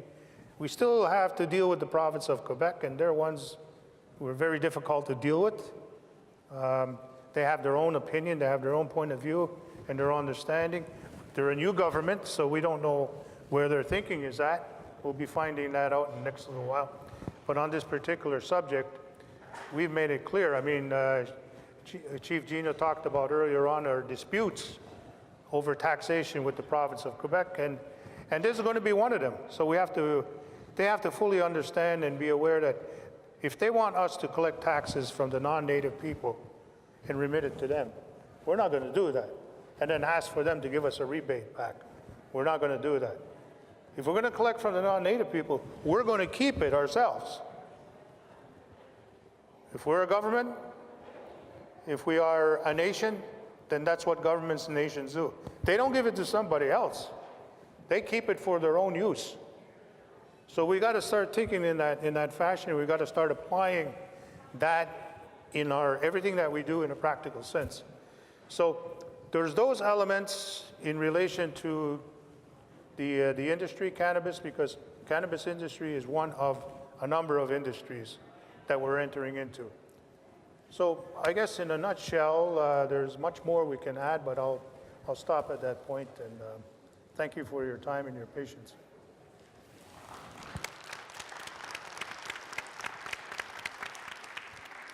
I'm actually going to take the podium. I've been sitting a lot lately. Sego, again, you guys are seeing a lot of me lately.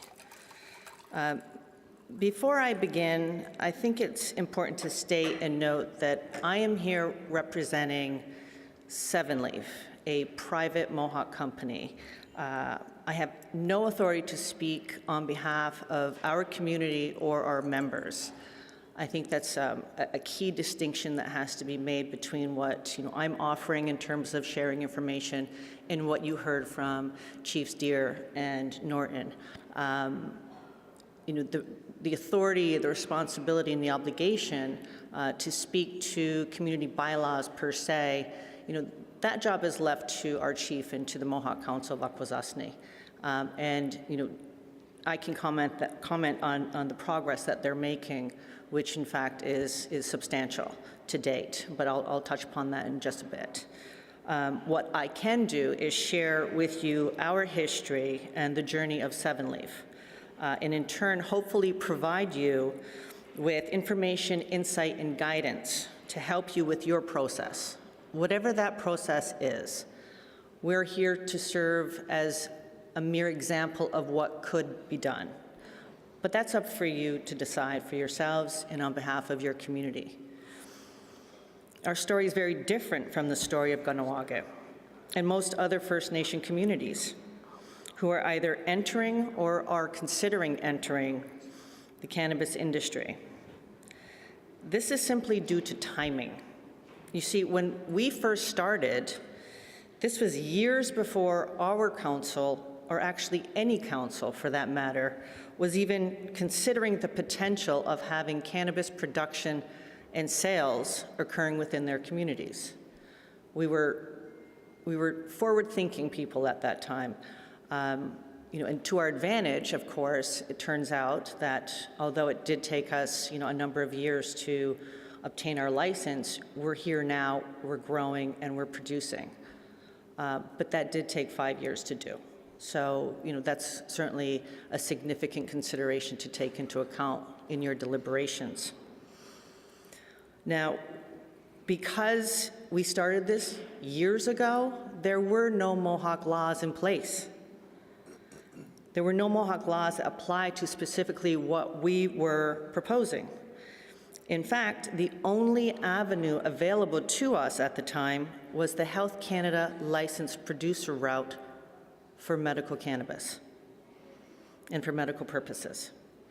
Today, the landscape is very different, and we now have numerous First Nation communities, including our own, drafting and implementing cannabis laws in accordance with our sovereign rights to do so. How these laws are applied and the recognition and respect of these laws for both our own people and the outside entities remains to be seen. These are all works in progress. It is that new. So we have to allow the process to go forward. We have to apply it, we have to live within it, we have to use it, and we have to respect it. Now, as I shared with you yesterday, the story of Seven Leaf first began in 2013 as a conversation between friends and colleagues. It was that simple. It was simple then. It's not simple today. But specifically, we were interested in the developments in Ottawa related to medical cannabis. We could see the potential opportunities that these changing laws presented, and more importantly, we saw a place for ourselves in this exciting and new industry. A key factor in deciding to proceed was the recognition that this was going to happen in the world around us. It was going to happen in our front yard, in the communities surrounding Akwesasne. It was going to be for the benefit of those people and not our own. And more importantly, it was going to happen without our participation. It was at that exact moment that we asked ourselves, why not us? That's the story of how we started and how we began so many years ago. Our very first steps were to begin the education process with our council and our community. And we did this even before we submitted our application in May of 2014. So the conversation began in 2013, and it went on, and it was initiated with our community even before we submitted our application. We really needed to test the waters. We need to dip our toe in those waters to determine that this was the right decision, not only for us, but it was something that our community would hopefully come to understand and support. Thankfully, we believe that they have. Now, we knew that we had to begin the conversation with our people regarding cannabis in those early days. And more importantly, we need to educate and remove as much as possible the historical stigma that still haunts and surrounds this amazing plant. Of course, many of our people, especially our elders, were very cautious and very dismissive initially of even entertaining the prospect of having cannabis within our community, whether at the production level or whether at the retail level. Now, through the educational process, we were able to remove a lot of the misconceptions and the misunderstandings regarding regarding cannabis, and specifically focused on the medicinal benefits that this plant offers and represents and can provide to many of our community members, and in a lot of circumstances, especially our elders. Now, this was something we knew was going to be a continuous undertaking. This was not a one-stop option for us, and it continues today, in fact. We continue to talk to our people and answer as many of their questions that they have regarding the plant's usage and the benefits of this plant, and as it pertains to their specific ailments, et cetera. Now, after extensive outreach efforts over the years, and initiated in 2013, continuing to today, and including door-to-door visits and family meetings, community information sessions, numerous visits and tours of the facility with local groups, including our elders and our local youth council, as well as our leadership. We sincerely believe that our community has a much better understanding of medicinal cannabis and the very real benefits that it can provide. And we found it very useful to invite people into the production plant itself, to give them the tours, to let them see for themselves what was going on behind these walls, and let them really have a firm grasp of what it is that we're trying to explain to them and share with them before we could even get to the conversation about the future and the growth and the financial and economic benefits. We continue to focus on the medicinal benefits, because that's a conversation that they're willing to engage in, that they understand, and that they can support. Now, when I say that, I believe our community has come far in terms of their willingness to now support our objectives, and also now the objectives of council in terms of regulation, cannabis activities within the territory. This belief is further supported by the results of a survey that our council put out last year regarding cannabis. The results were overwhelming in favor of allowing cannabis within our community, but of course with the understanding and the directive that those activities must be regulated and they must be safe. Now, of course, again, I believe Kahnawake has really done a great job of explaining to you exactly what their process is and what their educational requirements are pursuant to their laws.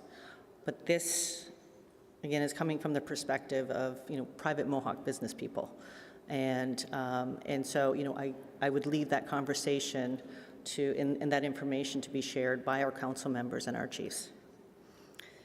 Now, Seven Leaf has been incredibly fortunate to have enjoyed a very good and open working relationship with all of our councils. And I say all of our councils because over the course of 5 years, we've now had the privilege of being able to work with 3 councils and in turn 3 supportive councils. And that's not to say that that's something that every community could enjoy. I mean, that's what we would strive for, I would hope. Certainly that was a tremendous benefit to us in furthering our project and bringing our project to fruition.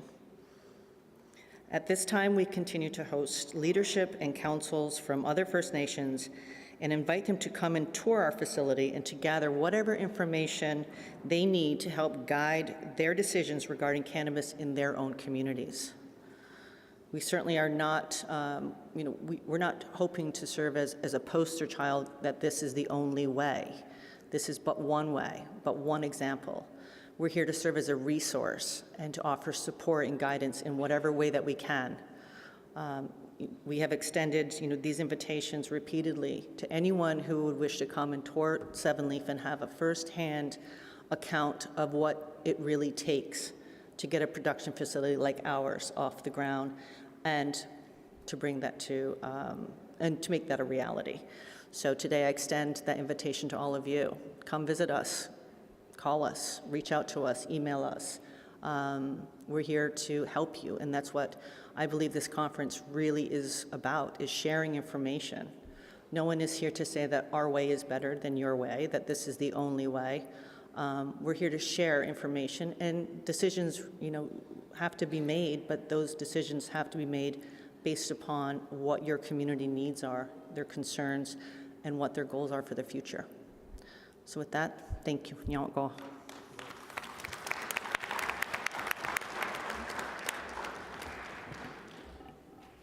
Okay, thank you. Thank you to our speakers. We have another 10 minutes left in our presentation, maybe a little bit more time as well for some questions. What I heard was three great presentations from 2 community experiences, but also hearing about engagement driven from the business side, from the Seven Leaf experience, and engagement driven from the government side, from a need to be proactive. And so what I wanted to do was ask you a question. When the federal government came down with its law, the provincial government had to determine how it was going to participate in the industry itself. It was given the right to retail. It was given the opportunity to decide, does the province want to be a retailer? Do they want to be a wholesaler? Are they going to set up a regime that's going to require mandated government purchasing? Or are they going to move towards the other side of the spectrum around a free market or a sovereign market? And so I'd be curious to hear both of your explanations or experiences from all 3 of you on whether those discussions came up in the engagement processes that you participated in, or if you have any particular views on that type of role for government as this industry moves forward. Well, I guess I could start. We've had a lot of concern about how Quebec handles most of the issues we have. Again, as Joe had said earlier, we have a trade and commerce table, and we've been trying to address those things. And they have the SQDC model, right? So they have a monopoly on that. And where does that fit in for us? Well, it doesn't. So we're going to have, our Cannabis Control Board make the decisions on how, anything will be retail for our communities and how it'll look. We're hoping to sit down and have a discussion with Quebec because, again, we would like to work with them instead of against them. And we're giving them the opportunity to sit down and have that discussion. I mean, taxation is a huge issue for us. Because we have so many different types of businesses in our community, one of the discussions we did have with Quebec was that their citizens are not entitled to tax exemption. And that's the one thing we can both agree on. So where do we go from there? We're willing to have the conversation, but again, we're waiting for them to participate. Certainly from the Seven Leaf perspective, a very different, not understanding, but relationship, because we don't have a relationship. The relationship, if there is to be one, if there is one in the future, that's to be determined by our council. But I will share with you the ironic situation, if you will, that we find ourselves in, because here we have taken the stage now a couple of times, and we have proclaimed ourselves very proudly as Canada's first First Nation licensed producer. However, and because our license more specifically was issued to us before the Cannabis Act and before, more importantly, the Ontario regulations were rolled out, we had always had the intention and objective of conducting our business and subsequently our sales within Indian country, nation to nation, seed to sale, First Nation. And subsequently, here we now stand as that First Nation licensed producer with the legal inability to sell to our own people, to sell to other First Nations. So that for us, our plants are growing, we're on the cusp of our first harvest. There are avenues available to us, certainly, and we recognize that we have tremendous opportunities in other areas. But those areas are inconsistent with what our original objective and intention was, and continues to be. So there is a glaring problem in terms of recognition and jurisdiction, recognition of our rights and jurisdiction, and the ability to govern ourselves. So I don't, certainly ever wish to put myself in the shoes of my council and my leaders and my chiefs, because they're well aware of what the situation is. And it's just a matter of now configuring and determining the right approach. But there is strength in numbers. This is a unique situation for Seven Leaf today. It may not be next week or a month from now or 6 months from now, because hopefully there will be other First Nations who decide to pursue the same path that we have. But hopefully they won't be facing this situation and this issue. Between now and then, I think our communities really need to consolidate our efforts at that national level, if necessary at that provincial level. But it's conferences and gatherings and conversations like these that will plant those seeds. And hopefully this is a matter that we will do collectively and have a unified front. Well, and I think I heard from you, Grand Chief, saying this may actually be a good problem to have. Did I say that?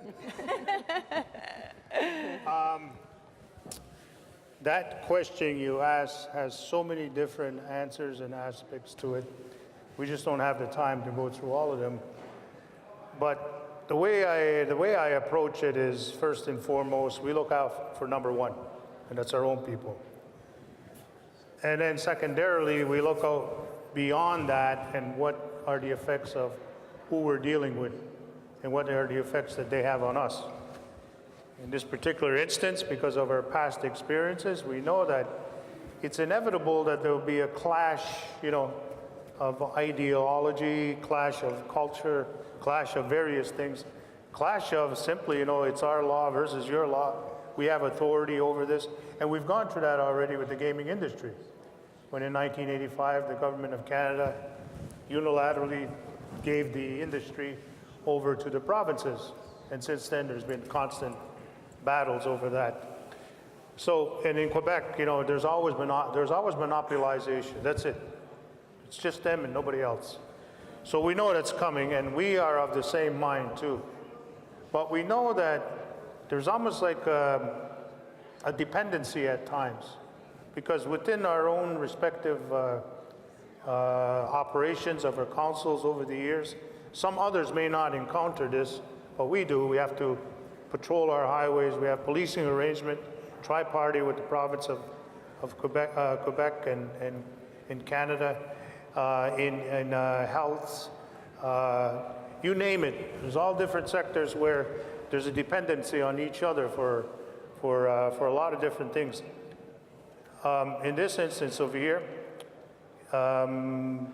we have a potential major relationship with a major player in the industry that requires they comply with the laws that are out there. But for us, we're saying, well, we don't know yet, what we're going to do.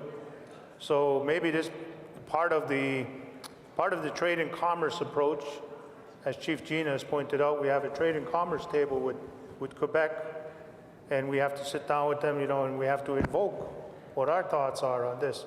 We can have a relationship because we are a major contributor to the economy. We are, no question about it.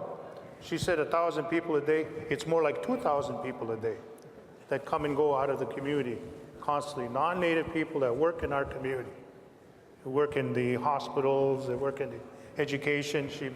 You mentioned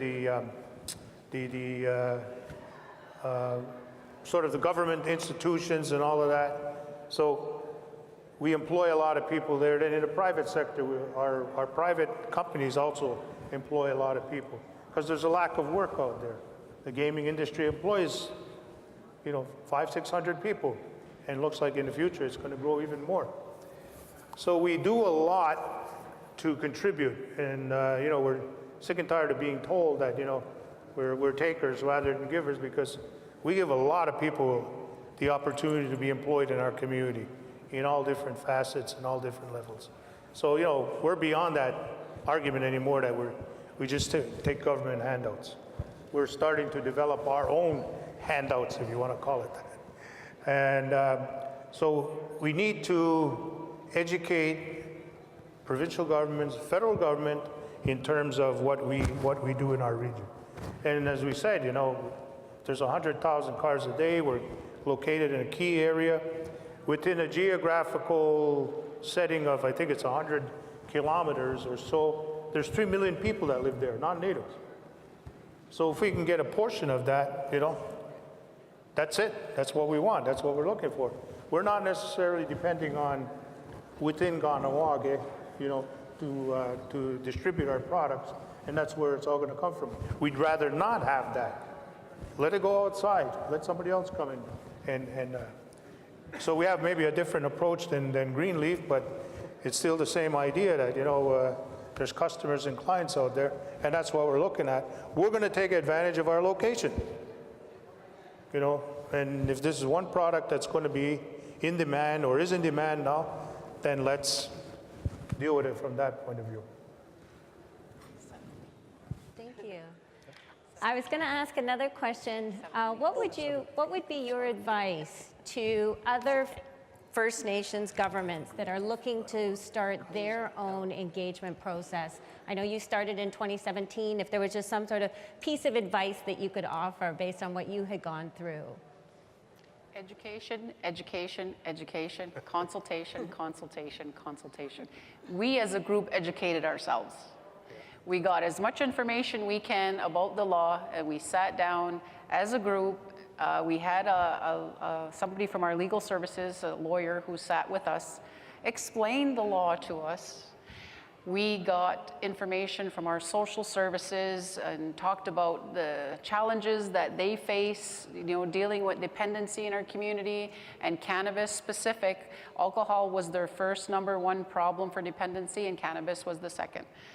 Our local hospital talking about, doctors giving prescription, and there was a reluctance actually in our local hospital for that. So there was so much information seeking that we did ourselves as a working group, and then after that, going back and educating the community on it. Okay, great. Just one more thing. Absolutely. It's ironic, but our chief of police said, my officers rather deal with somebody that's high than somebody that's drunk, because when they're drunk, they go wacky. Okay, I don't know if we have any questions from the audience, questions for the panel. Otherwise, we're going to wrap up, and thank you very much. Thank you. Welcome.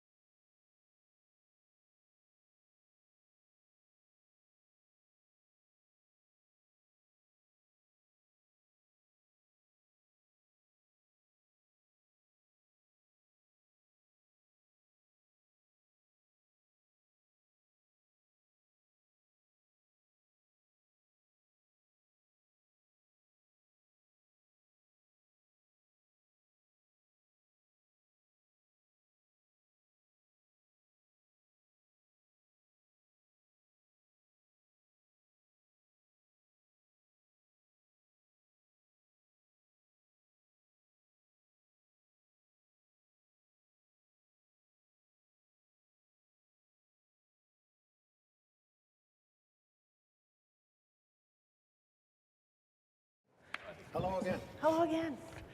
Do you know where Brentwood is? Just outside Victoria? Well, good afternoon, everyone. By now, I'm sure you all know who I am, Lorraine White from Seven Leaf.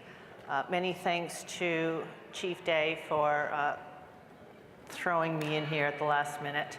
We've had some shuffling of the agenda and wanted to wrap things up, have everyone get home safely and well on their way, enjoy their travels back home.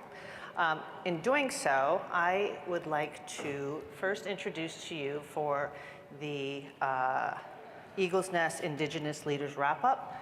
We have with us today Mr. Stephen Teed.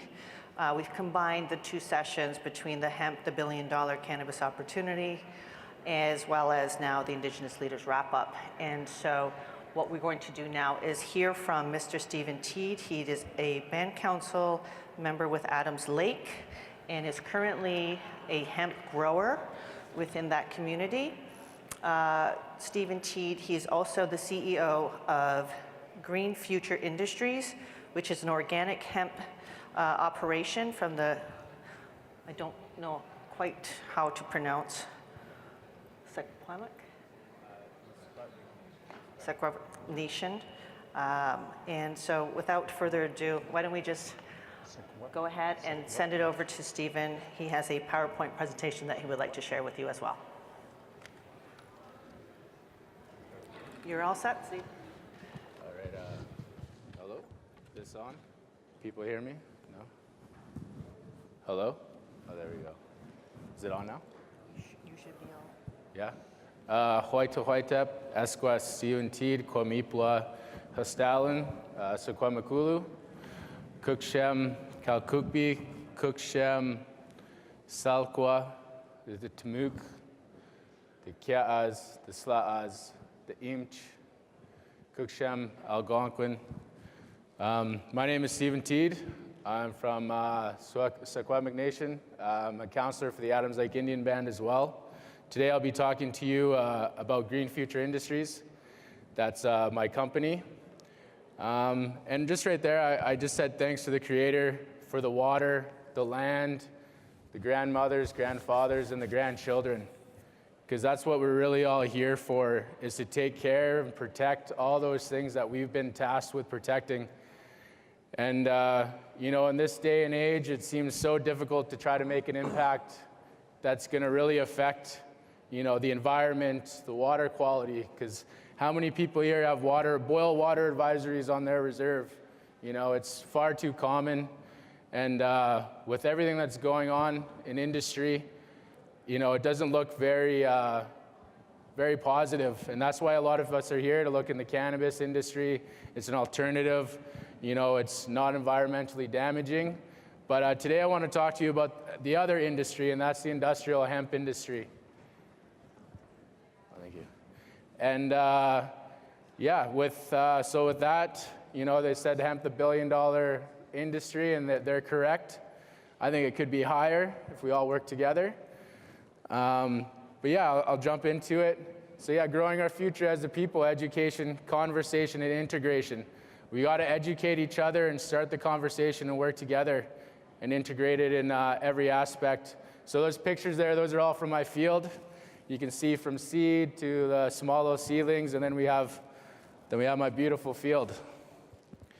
So the legal landscape of hemp. So a little bit of the history. Hemp grows in different areas across North America and around the world, where it's been used for clothing and rope for thousands of years, including North America.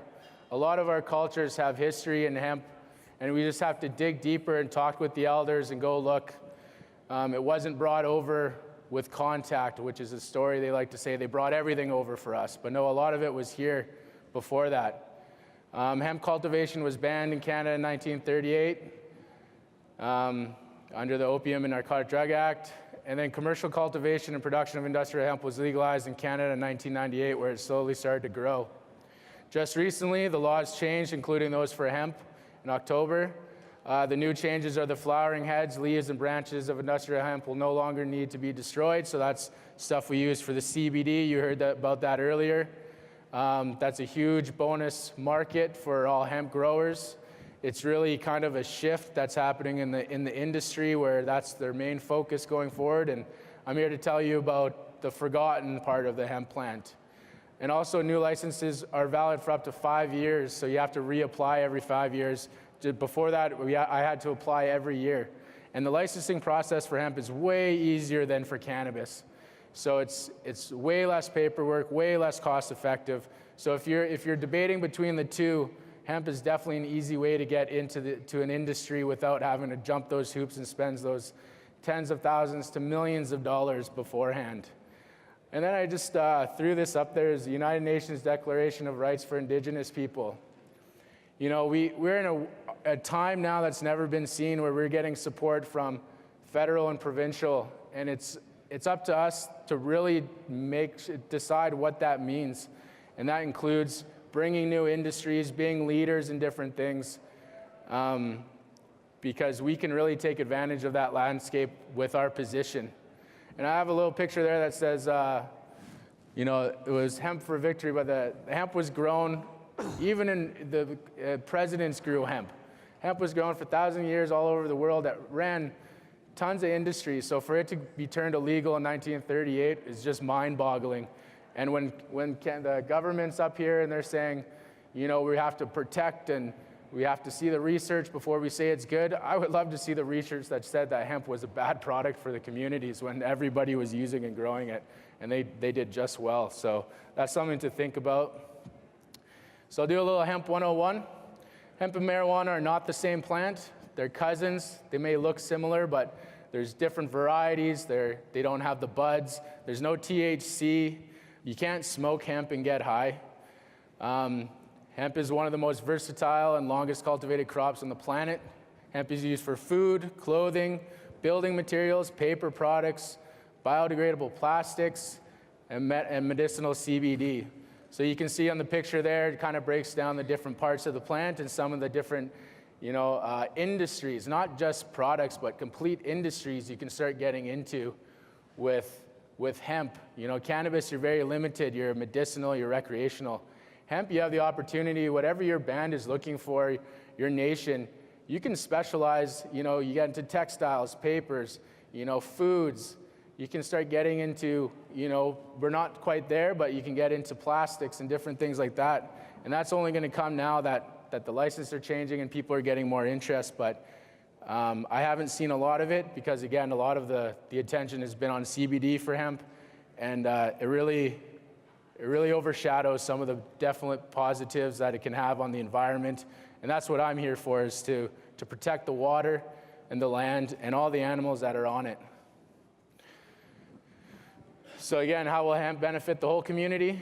You know, all these different processing and separation of the products. You know, Popular Mechanics did an article in the early 1900s saying that hemp can produce over 50,000 different products. That was in the early 1900s, before technology, before the technology we have now. So imagine putting our research, putting all our research and discovery in what it can produce now. We can really change a lot that really have a bad and negative effect on landfills, on the ocean, and just our environment and our territory.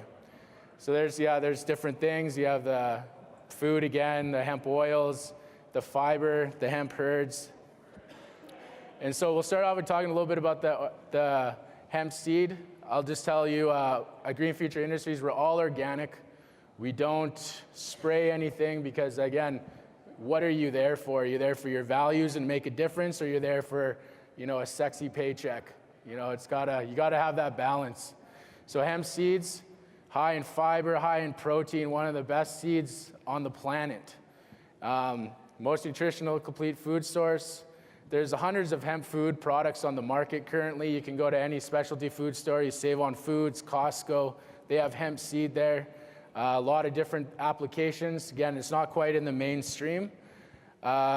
Food value and sales, approximately 400 million in Canada. That's been our main focus for industrial hemp for the past 20 years, has really been the organic seed market for consumption in food. So because, again, the technology, the processing just wasn't there, and nobody was really quite working on or had the attention they needed to really bring it to the next level and into the 21st century. So yeah, we'll break it down again. So that's one part of the hemp plant. Then you have the hemp fiber. You can make clothing, rope, and you know, in our communities, you know, we have an opportunity. You know, we have our own clothing. We, you know how much we spend on Pendleton. I don't want to knock them, but you know, they're not exactly indigenous and sewn. So if we had the raw resources to make our products, sell them, advertise them, again, we are the market ourselves. Like people like to say we have to look otherwise, but we spend billions and billions a year in Canada alone in the First Nations communities. And it's time to start looking at each other and helping each other out and changing the raw materials these products are made of that have a very detrimental effect. So, you know, clothing with cotton production, the amount of the herbicides and pesticides and the amount of water consumption it takes to grow cotton, you know, that's way in excess and higher than what it takes for hemp. And so, you know, just making these small shifts in the agricultural industry, you can really start to see a big, profound effect on the environment in the long term and across the world. So then we'll get into the hemp herd. So this is center part of the stalk used in building materials, can be processed into fuel, paper products. There's companies and countries that are really way more advanced than Canada and North America in this. You can go to Europe and Australia, and they're leading the way in building. They've been building with hemp for a long time. They're getting, you know, some European areas have mandated the use of hemp because of how much of a positive effect it has on the construction industry, with the amount of the materials you use in building a home, what they're made of, where they're from. You know, those have a huge impact in the global scheme of things with the carbon footprint. And so for a plant that can be grown in your area and used to build your house, that's a huge improvement in what we have here. And the homes that you can build out of hemp, they're not just, you know, any kind of house. So here's some examples of homes that are made from hemp and different types of structures. You can see, I got this fancy little laser pointer from the booth back there. Oh, but it doesn't work on there, so. You can see their form style hemp building. And then we have the block style that some companies are starting to use. And then there's a home that was built in Souk down on the island there in the center. The top right one that was built in Washington. And I'm not exactly sure with the one on the top left where that was built, but that was in one of the other first hemp homes. So you can see there's different styles, and it's really quite a beautiful material to work with. And to know the positive and the effects it has by choosing to build, you know, it really makes you sleep better at night. Because how many people here also have housing issues in your community? Housing is one of the biggest issues in any First Nations community. You know, we were given these shoddily built, unsupervised homes 30, 40, 50 years ago. And, you know, our elders live in these and small families, and they're just falling apart at the seams. They're having negative health effects with the mold and the mildew. And they're having, you know, that's the whole full circle of life, where if you're living in a bad house, everything else is going to be negatively affect. So that's my plan with here is we're bringing in the processing machinery in BC, where we're going to go from field to final construction in our own community, employing every opportunity we have. We're going to employ our band members, other community members, and we're just going to really keep that in the community, keep that money there as well. You know, you're spending outside corporations or companies, builders to come in, build a $250,000 home. None of that money is staying in there. That's all leaving your community. So we need to start keeping that in there and recycling that money through our hands so everybody starts to get wealthy from the decisions we make, especially as leaders and people that are looking towards the future. So I build with hemp. Fire safety, quiet noise reduction, improved indoor air quality, reduced energy use, mold resistant, stronger, more resilient. You know, that sounds like us, you know, we're strong and resilient as well, and we were both made illegal in the early 1900s, so we're all making a comeback here.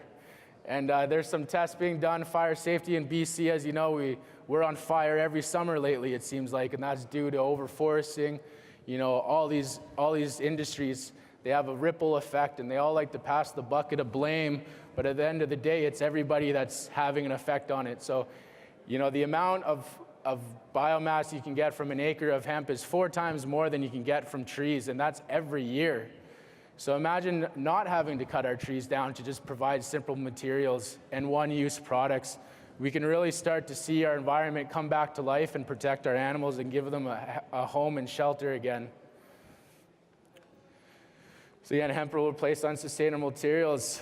The large-scale cultivation and wide range of everyday human-derived products that can be produced from hemp, we could replace many unsustainable products and materials, saving our environment. Carbon issues, what carbon issue?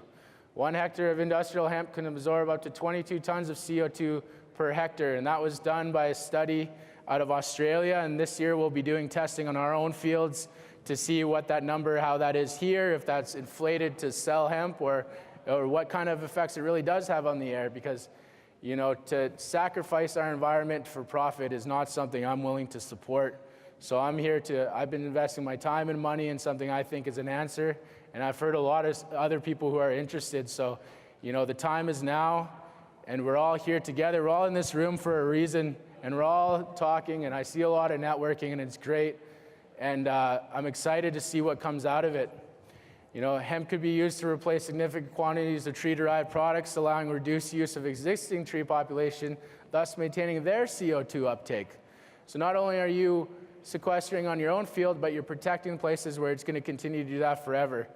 And that's the full circle again. And then hopefully, CO2 emissions, global warming, if we have anything to say about it, won't be an issue in the future because we did it a different way and a better way than what's been happening. And of course, farming benefits. Hemp does not require herbicides or pesticides. I grow organic. It's the easiest plant to grow. I don't have to spray anything on it. It grows faster than any weed can grow. And we don't have any known pests where we are that have been giving me a problem. Requires less water than conventional agricultural crops. I grew on dry land. I didn't have any irrigation, and just Mother Nature. And we grew. Of course, you could always have a better crop if you water it every day, but then again, are you sacrificing your watersheds for more profit? And that's where that balance needs to happen. But compared to any other agricultural crop like hay, you're using a fraction of the water. Hemp is an excellent rotational crop. It has great soil properties. Again, with the weed suppression that happens, it's great for crops that are rotated in afterwards. And there's value-added markets for the farmers. Not only are you just selling corn to the corn producers, but you have stock, you have fiber, you have seeds, now you have flour. So there's lots of ways to get more revenue for the farmers. And so the question is, so why wouldn't we grow it? So the next steps together, farmable land, take a look around what you have available.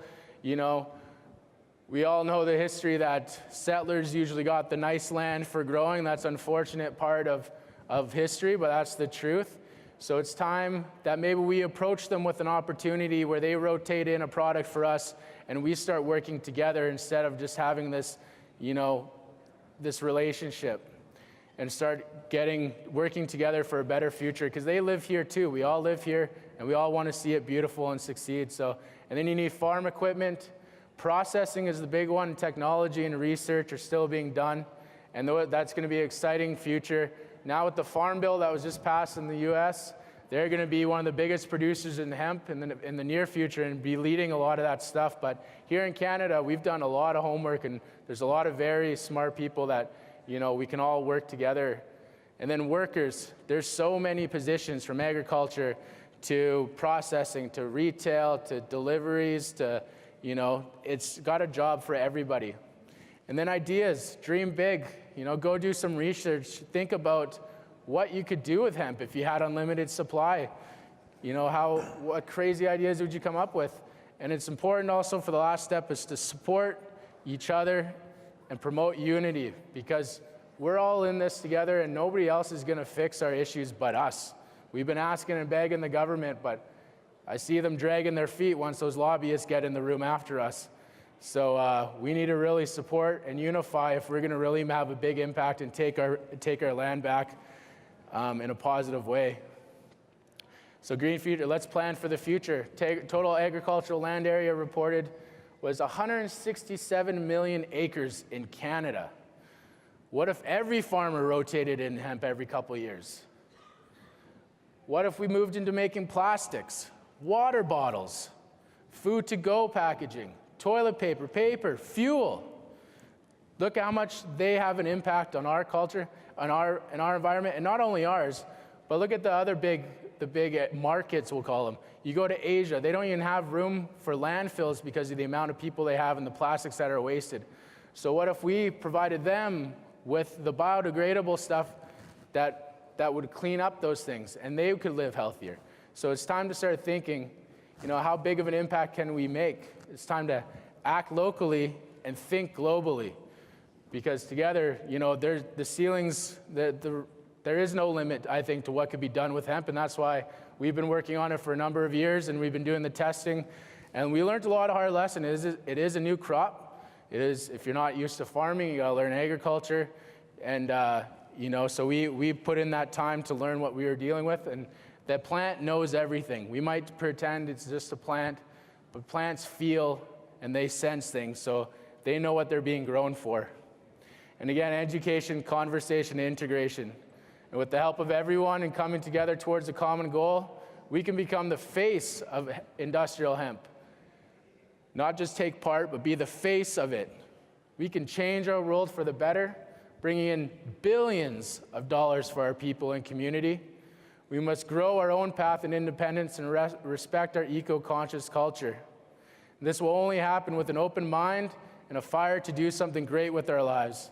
It's time we invest our land, money, and time into a project that will benefit us from the ground up. And this is how we change the world and the lives of our people. Cook Shem, and thank you for listening. Thank you, Stephen. Now I'll go with Stephen. Certainly, hemp is an incredibly exciting space within this industry that we haven't fully explored as Indigenous peoples and First Nation communities.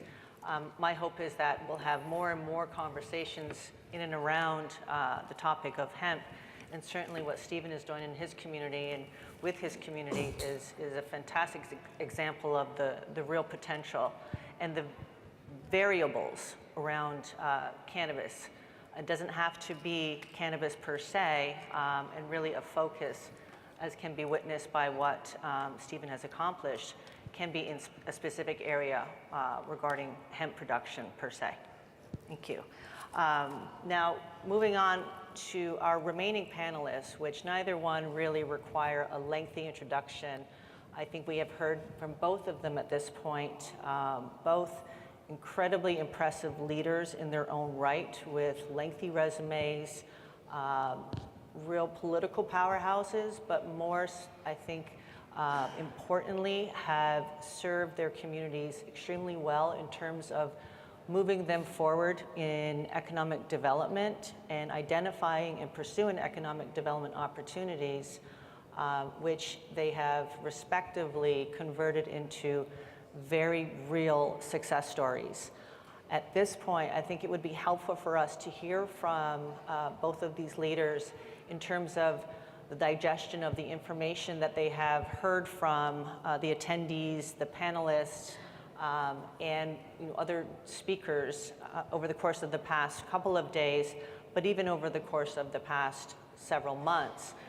This industry is evolving constantly and rapidly, and it's really just a matter of looking to those who are successfully navigating this maze and taking from them what we can in terms of guidance and information and really utilizing that in the best way possible.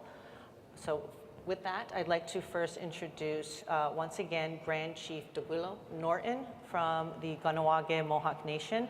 And if you could simply provide, I think, the people with your observations in terms of where we are today and really what you view the landscape to be for Indigenous peoples moving forward in the cannabis and hemp space.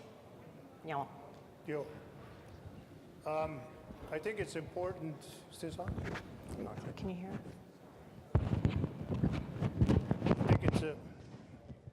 rumbled. Okay, there we are. Yeah. I was just going to swear. I think it's important to understand and realize that we are at a crossroads in terms of our historical existence here in Turtle Island, more specifically in Canada, and the relationship between our younger brothers and sisters. Because those people that are here now, and have been here for several hundred years, are younger than us. We're ancient in terms of our existence. We have to take back our lives, and we have to fight to continue, you know, with our cultures, our languages, and those things. Those change somewhat, but they basically remain the same. The reason why I'm saying that because it's a backdrop to what we need to do now and into the future, and what we are doing now. This conference here, the people that have been here, the ones that have spoke before, and as I mentioned, this is the second time I've been at one of these conferences, and hope to be in Kamloops, is it? Kelowna, excuse me, in the spring or in the fall, I think it is. In any event, it's all part of our resurgence, if you will, to continue to be who we are, very distinct, very knowledgeable, and yet we have younger brothers and sisters, we have colonizers who are not going to leave. Maybe we've gone through decolonizations, not totally, but that's where we're going. A lot of people have been talking about that, decolonization and things of that nature. Well, we're not there yet, and when we are, unlike any place else in the world where decolonization takes place, the colonizers leave, and what they leave usually is a mess. You know, you go into Africa, and that's a classic example. They're still fighting continuously over that. So it's not to condemn or criticize anybody over there, but that's the reality. Here, we have a different set of circumstances in terms of getting through this period of time of re-emerging. So it's not just a re-emergence of language and culture and all those things, it's economy. It's our way of the future. Some can still practice their way of life in this day and age. Very difficult to do so because of a variety of things. Trees being cut, you know, farming, the non-native farmers, tearing up the forests and all that, and competing with people who are hunting, you know, our relatives, the four-leggeds. So it's a situation where there's a lot of competition. So why not us be competition too? There's nothing wrong with that. If we're going to be expected to move on in time, if we're going to be expected to be weaned off of the government, so to speak, and I'm not one to advocate that, but I am one to say we have to have our own. We have to be our own providers, and we've got to start doing that. And many are leading the way. We have examples of the previous speaker, and the next gentleman sitting here. You know, he'll provide you with a tremendous things that are happening out in his particular region. So we have to take that as examples, and we have to use that in terms of what can we do, what will we want, what do we want to do. Too often we point the finger up the hill here and say it's their fault. Well, to some degree it is their fault, and there are billions and billions of dollars owing over the course of time, the loss of revenue, the loss of lands, the loss of natural resources, but we can't continue to cry over that. We've got to get beyond that. You know, the opportunities, the things that are arising now, the prime ministers statements about nation to nation, the reconciliation, United Nations declarations on Indigenous populations or peoples being incorporated into the laws of Canada, and all those things, court cases where the underlying title has been identified as belonging to us. So those are things now that are positive, so we've got to take all that, and we've got to turn that into action, though.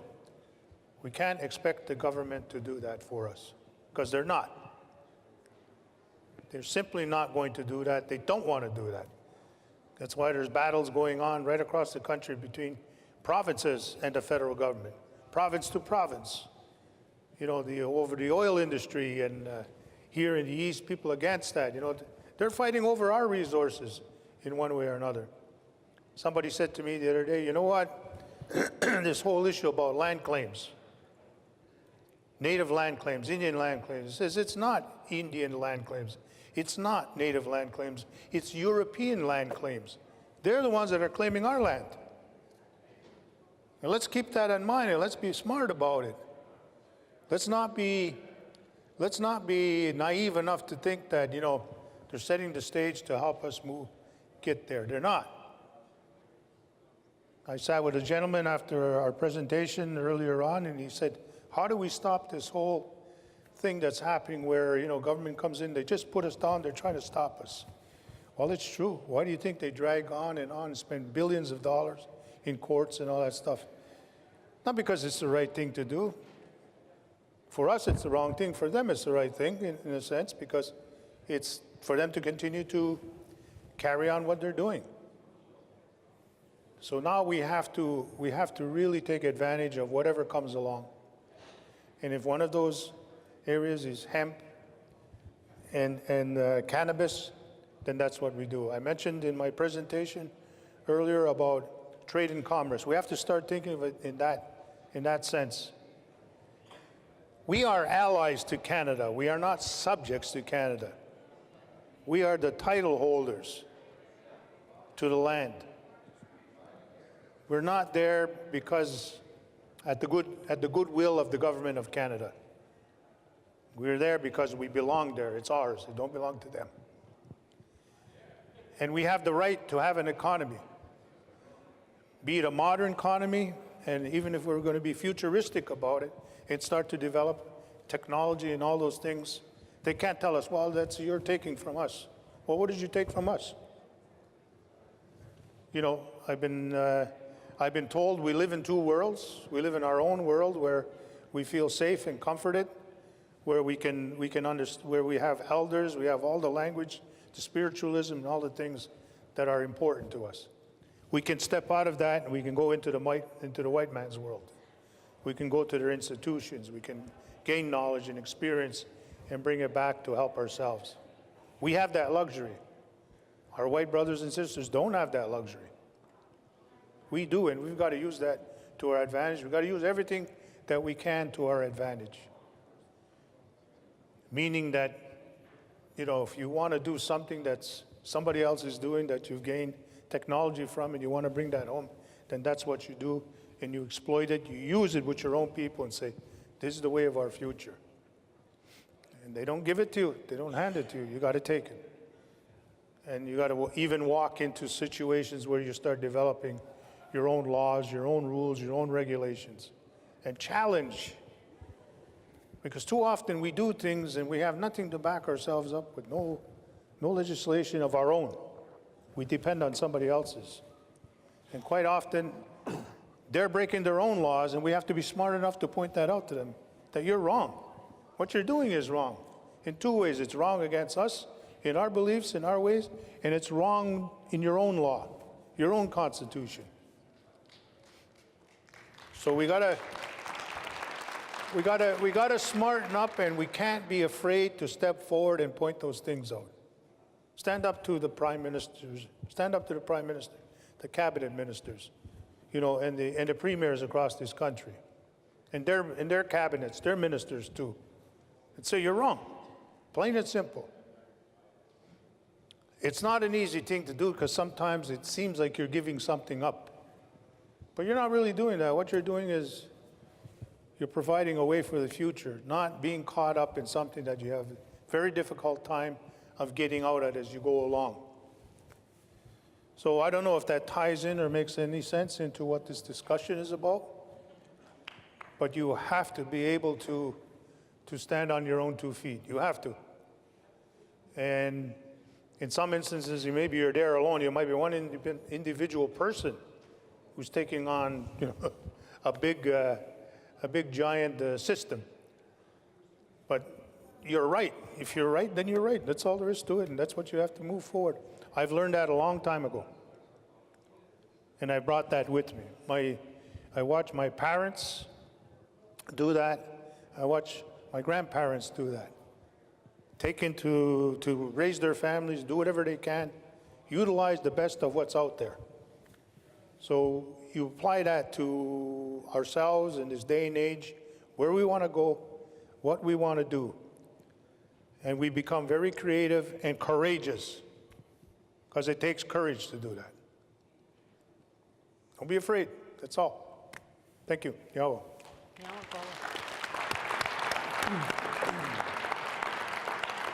Yawant Goa, Grand Chief. Our final presenter is Chief Christian Sinclair from Opaskwayak Cree Nation. Based upon your presentation yesterday, Chief Sinclair, I don't know if you have time for observation, but if you do, I'm sure that the room would love to hear your thoughts on, again, where this industry is presenting itself today for Indigenous people, and also how do you see the future in terms of prospective development for First Nation communities? Okay. Testing, can you hear me? There we go. Danse, Honiganu Christian Sinclair, Nasnigasun, Mananiten, Tomakano, Mamapyakuta, Olganquin, Askik. Today is the International Mother's Language Day, so I always acknowledge our elders and say, use your language first, speak it whenever you can, because that's going to be how we survive as First Nations people. So I encourage each and every one of you to learn a word a day. In my community, we're going to challenge ourselves to make Cree and Innuak, Achimawak the first language again by 2025, so it's our own internal challenge. But just talking about some of the discussions that have happened, the presentations over the last day and a half. It was interesting, just earlier I was talking to a gentleman that's going to be getting a license soon to grow, and he just happened to ask me about LED technology. And I never talked about this yesterday, but Opaskwayak has had a strategic partnership with the South Korean government for just over 2 years now. And what we've been doing there is we've been using LED technology, 5th generation technology, which is far advanced of anything in North America, where we grow our own vegetables and berries. And we did that because we have a diabetes epidemic in our community, as we do in many of our communities. And we had to come up with our own solution and go out there and explore, as Grand Chief said, who's been a role model to many of First Nations, including myself, looking up to their leadership, the trails that they've blazed for us in getting us to where we are, and what we need to do to carry on that good fight to honor our ancestors when they signed treaty and what they negotiated for our interests today and for future generations, is to be able to take the application of the instincts of hunting, trapping, and fishing. And we're still doing that today, but I still go out on the land and do what I do. But I'm also applying that today in a modern context in the boardrooms, meeting with international partners and hunting for those opportunities, so we can bring that game, if you will, back and feed our community by way of outside revenues and flowing it back into the Opaskwayak Cree Nation. So with this LED technology, we are able to grow fruit and vegetables between 14 and 21 days. So when the legalization discussion came up with the federal government, we asked our South Korean partners, all highly advanced scientists and researchers, to do research, because there's zero tolerance right now for cannabis. And just recently they approved medicinal cannabis, which is the first Southeast Asian country. When people thought they would be the last, they're actually the first, which is going to now create a wave of others to follow in their footsteps. And what we're doing is we're taking that technology and we're already testing it in the lower mainland of Vancouver to compare to the traditional way of growing, to see what the product is going to end up being when you compare it to this grower in BC. With the LED technology, we're able to take artificial intelligence and basically engineer the potency or the nutritional value of the fruits and vegetables. We're now going to apply that to see how high we can go with THC and with CBD and customize basically the cannabis so that it's going to be consistent every time we roll it out.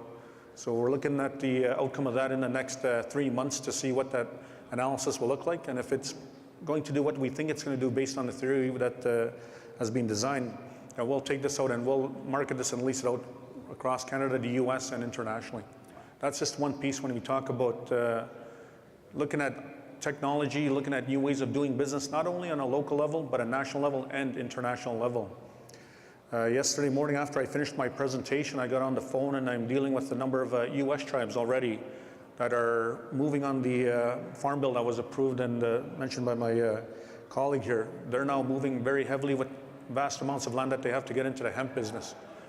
With our models that we've created here in Canada with National Access Cannabis and Meta, they're looking at replicating that. So we're going to be approaching some of the bigger gaming tribes through the National Indian Gaming Association to model what we have here and look at putting them beside their casinos or in the large markets that they have in the US where it's legal in those certain states, as well as attending the RES conference and meeting with a number of tribes that are trying to figure out how to get into it and instead of reinventing the wheel, take something that's been created by a Northern First Nation way up in northern Manitoba, following the legal framework, if you will, recognizing that there are others doing it with their own sovereignty, but it's allowed us to grow on a large scale, because if we were to take an approach of building just one retail operation in a community of 3,800, we have a very small, limited market. So we said, let's take that and replicate that on a national basis. So today, as I mentioned yesterday, we have over 25 retail locations, 3 online dispensaries, and our goal is to get up to 50 to 75 by 2020.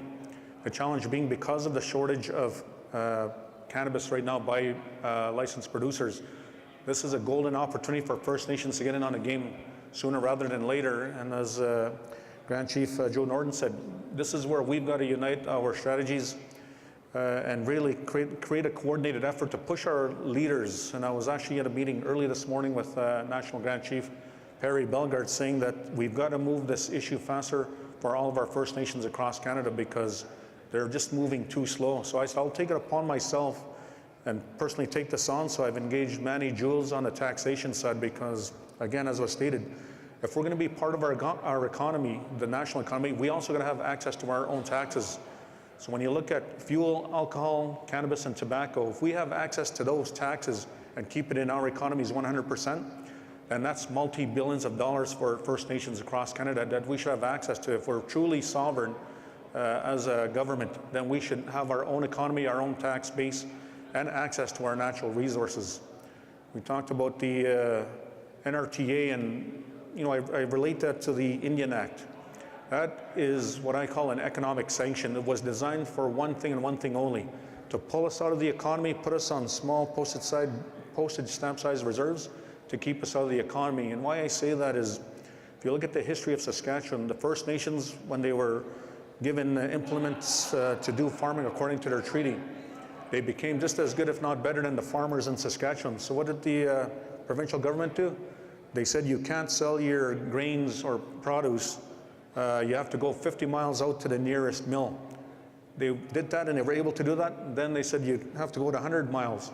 And then eventually they just said you can't participate because they were becoming so good at farming and beating the farmers at their own game that they basically just eliminated them from the farming economy.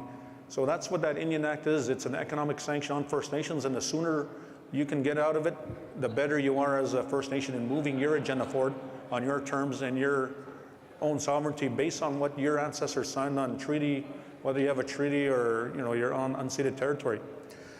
The other thing that we've done, based on the fact that we've been able to be very successful very early by investing through the Toronto Stock Exchange, the first deal of its kind where we became a majority shareholder, we paid off that loan in less than really at 9 months.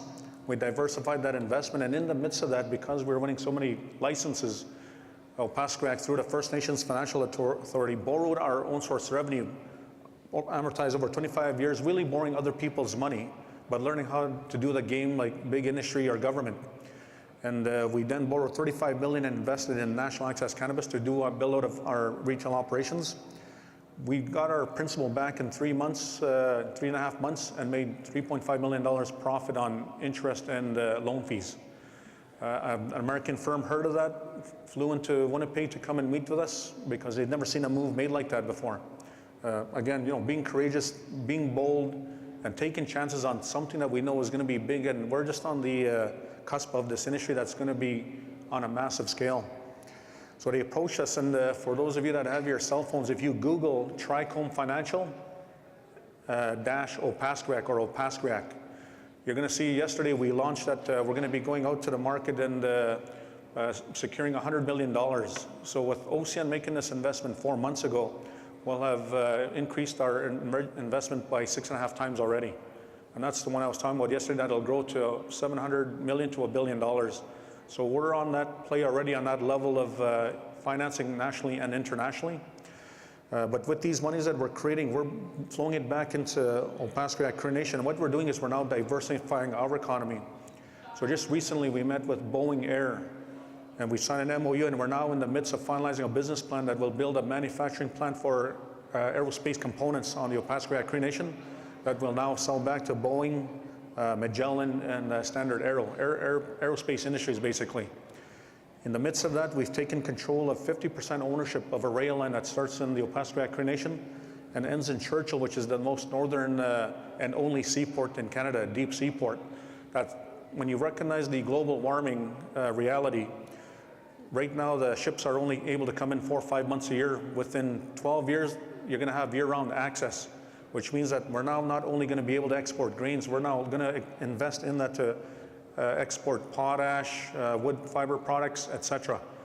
But more importantly, we're also going to look at importing from the goods from other parts of the country back in through there. So we're actually going to become a major hub for international logistics through Churchill and into the Opaskwayak Cree Nation and spreading it out east, west, and south from our territory. The other piece we've done now is taking 50% control of our forest management license in Manitoba, meaning that for every tree that's harvested, 50% of that benefit will accrue to the First Nations within the Swampy Cree Tribal Council. And a lot of this has been spearheaded by the Opaskwayak Cree Nation, recognizing the fact that if we're going to truly be sovereign and take care of ourselves, when we're blaming the government, as Grand Chief has said, 3 fingers are pointing back at ourselves, an elder once told me. So let's take responsibility for our own affairs, get rid of INAC, Indian affairs, and start building our own economy, taking care of ourselves, because we have the fastest growing demographic in Canada. And the reality is they're looking and relying on us as leaders, as parents, as grandparents to, you know, set the stage for them for their future. You know, we honor our ancestors that set the stage for us. Now we've got to honor them, but take care of our next 7 generations. So the luxury now we have is being able to challenge the government and industry. We have a willing Liberal government right now through reconciliation, and it's economic, social reconciliation. So let's take full advantage of it. We're doing it. We're working with other First Nations in Manitoba, where we've set up retail operations on the Long Plains First Nation, Ojibways, Crees and Nisichawasset Cree Nation. We're working with Ojibways and Oji Crees in southern Manitoba. Now we're taking this model and going to replicate it into the US. It's already a proven model. They like what they see. And we're going to be launching right into the state of California. As I said yesterday, if you win California, you win the world. So we're going to take that, replicate it there, and then roll it out to all the other states that are legal, and then eventually internationally. So that's really a high-level oversight of where we are, what we're doing, and the fact that we're global already as it is. We are meeting with some other countries on helping them as they become legal, how we're going to bring out the Meta brand, the National Access Cannabis brand, into their countries as well. So that's really a high-level overview from my perspective, and the fact that it can be done, it is being done, and we're going to continue to build on that as we move forward. And we look forward to working with each of you and recognizing what the moderator said, that if there's an opportunity to work with 7-Leaf to get their product on the shelf, it'll be negotiated, and at the end of the day, it's business. But we have to help each other as First Nations so that we can build our economies on an intertribal trade commerce model as we move forward. So with that, wasagitse kanana skomatin. Egose. Now, and now go to all of the presenters. At this time, if there are any questions, I'd like to open the floor for just a few moments, which would leave us plenty of time for closing remarks by Chief Day. But at this time, if there are any questions, please take either of the mics on either side of the room. If not, now I'll go for your time. Thank you. Oh, we do. I'm sorry. Here we go. Mic number one. Yeah, so I have two questions. The first one being for the organizers of the event. We received stuff when we came in here. One was this booklet, the other one was this bag. Are these made out of hemp, or what were these made out of? I defer.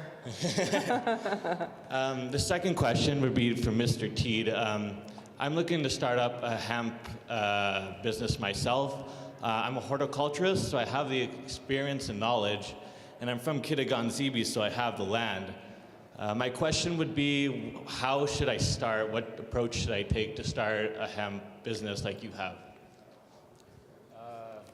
Hello, is this? There you go. Yeah, so that comes down to everything's individual. So if you have some of the ingredients already, it's putting together some of the pieces, like making sure you know what your final market is so you can get the processing, the agricultural machine, making sure you have the right amount of land to sustain that business in your community, and then sourcing the right seeds, finding your right variety, and then just going for it, because, you know, and also applying for a license. If you're, I'll say that for the government officials in the back, but yeah, and then just sourcing your seeds and starting it like anything else is just go out and do it, and you know, you're gonna learn more doing it than you will, you know, researching on a computer. So, and I'm here to help everybody and anybody here that wants to learn more. Come, please ask me, and I definitely can share any knowledge I have, because every acre counts in this process. So the more I can help see somebody succeed, you know, that makes me feel better at the end of the day. So thank you. Any other questions? All right, go. Thank you.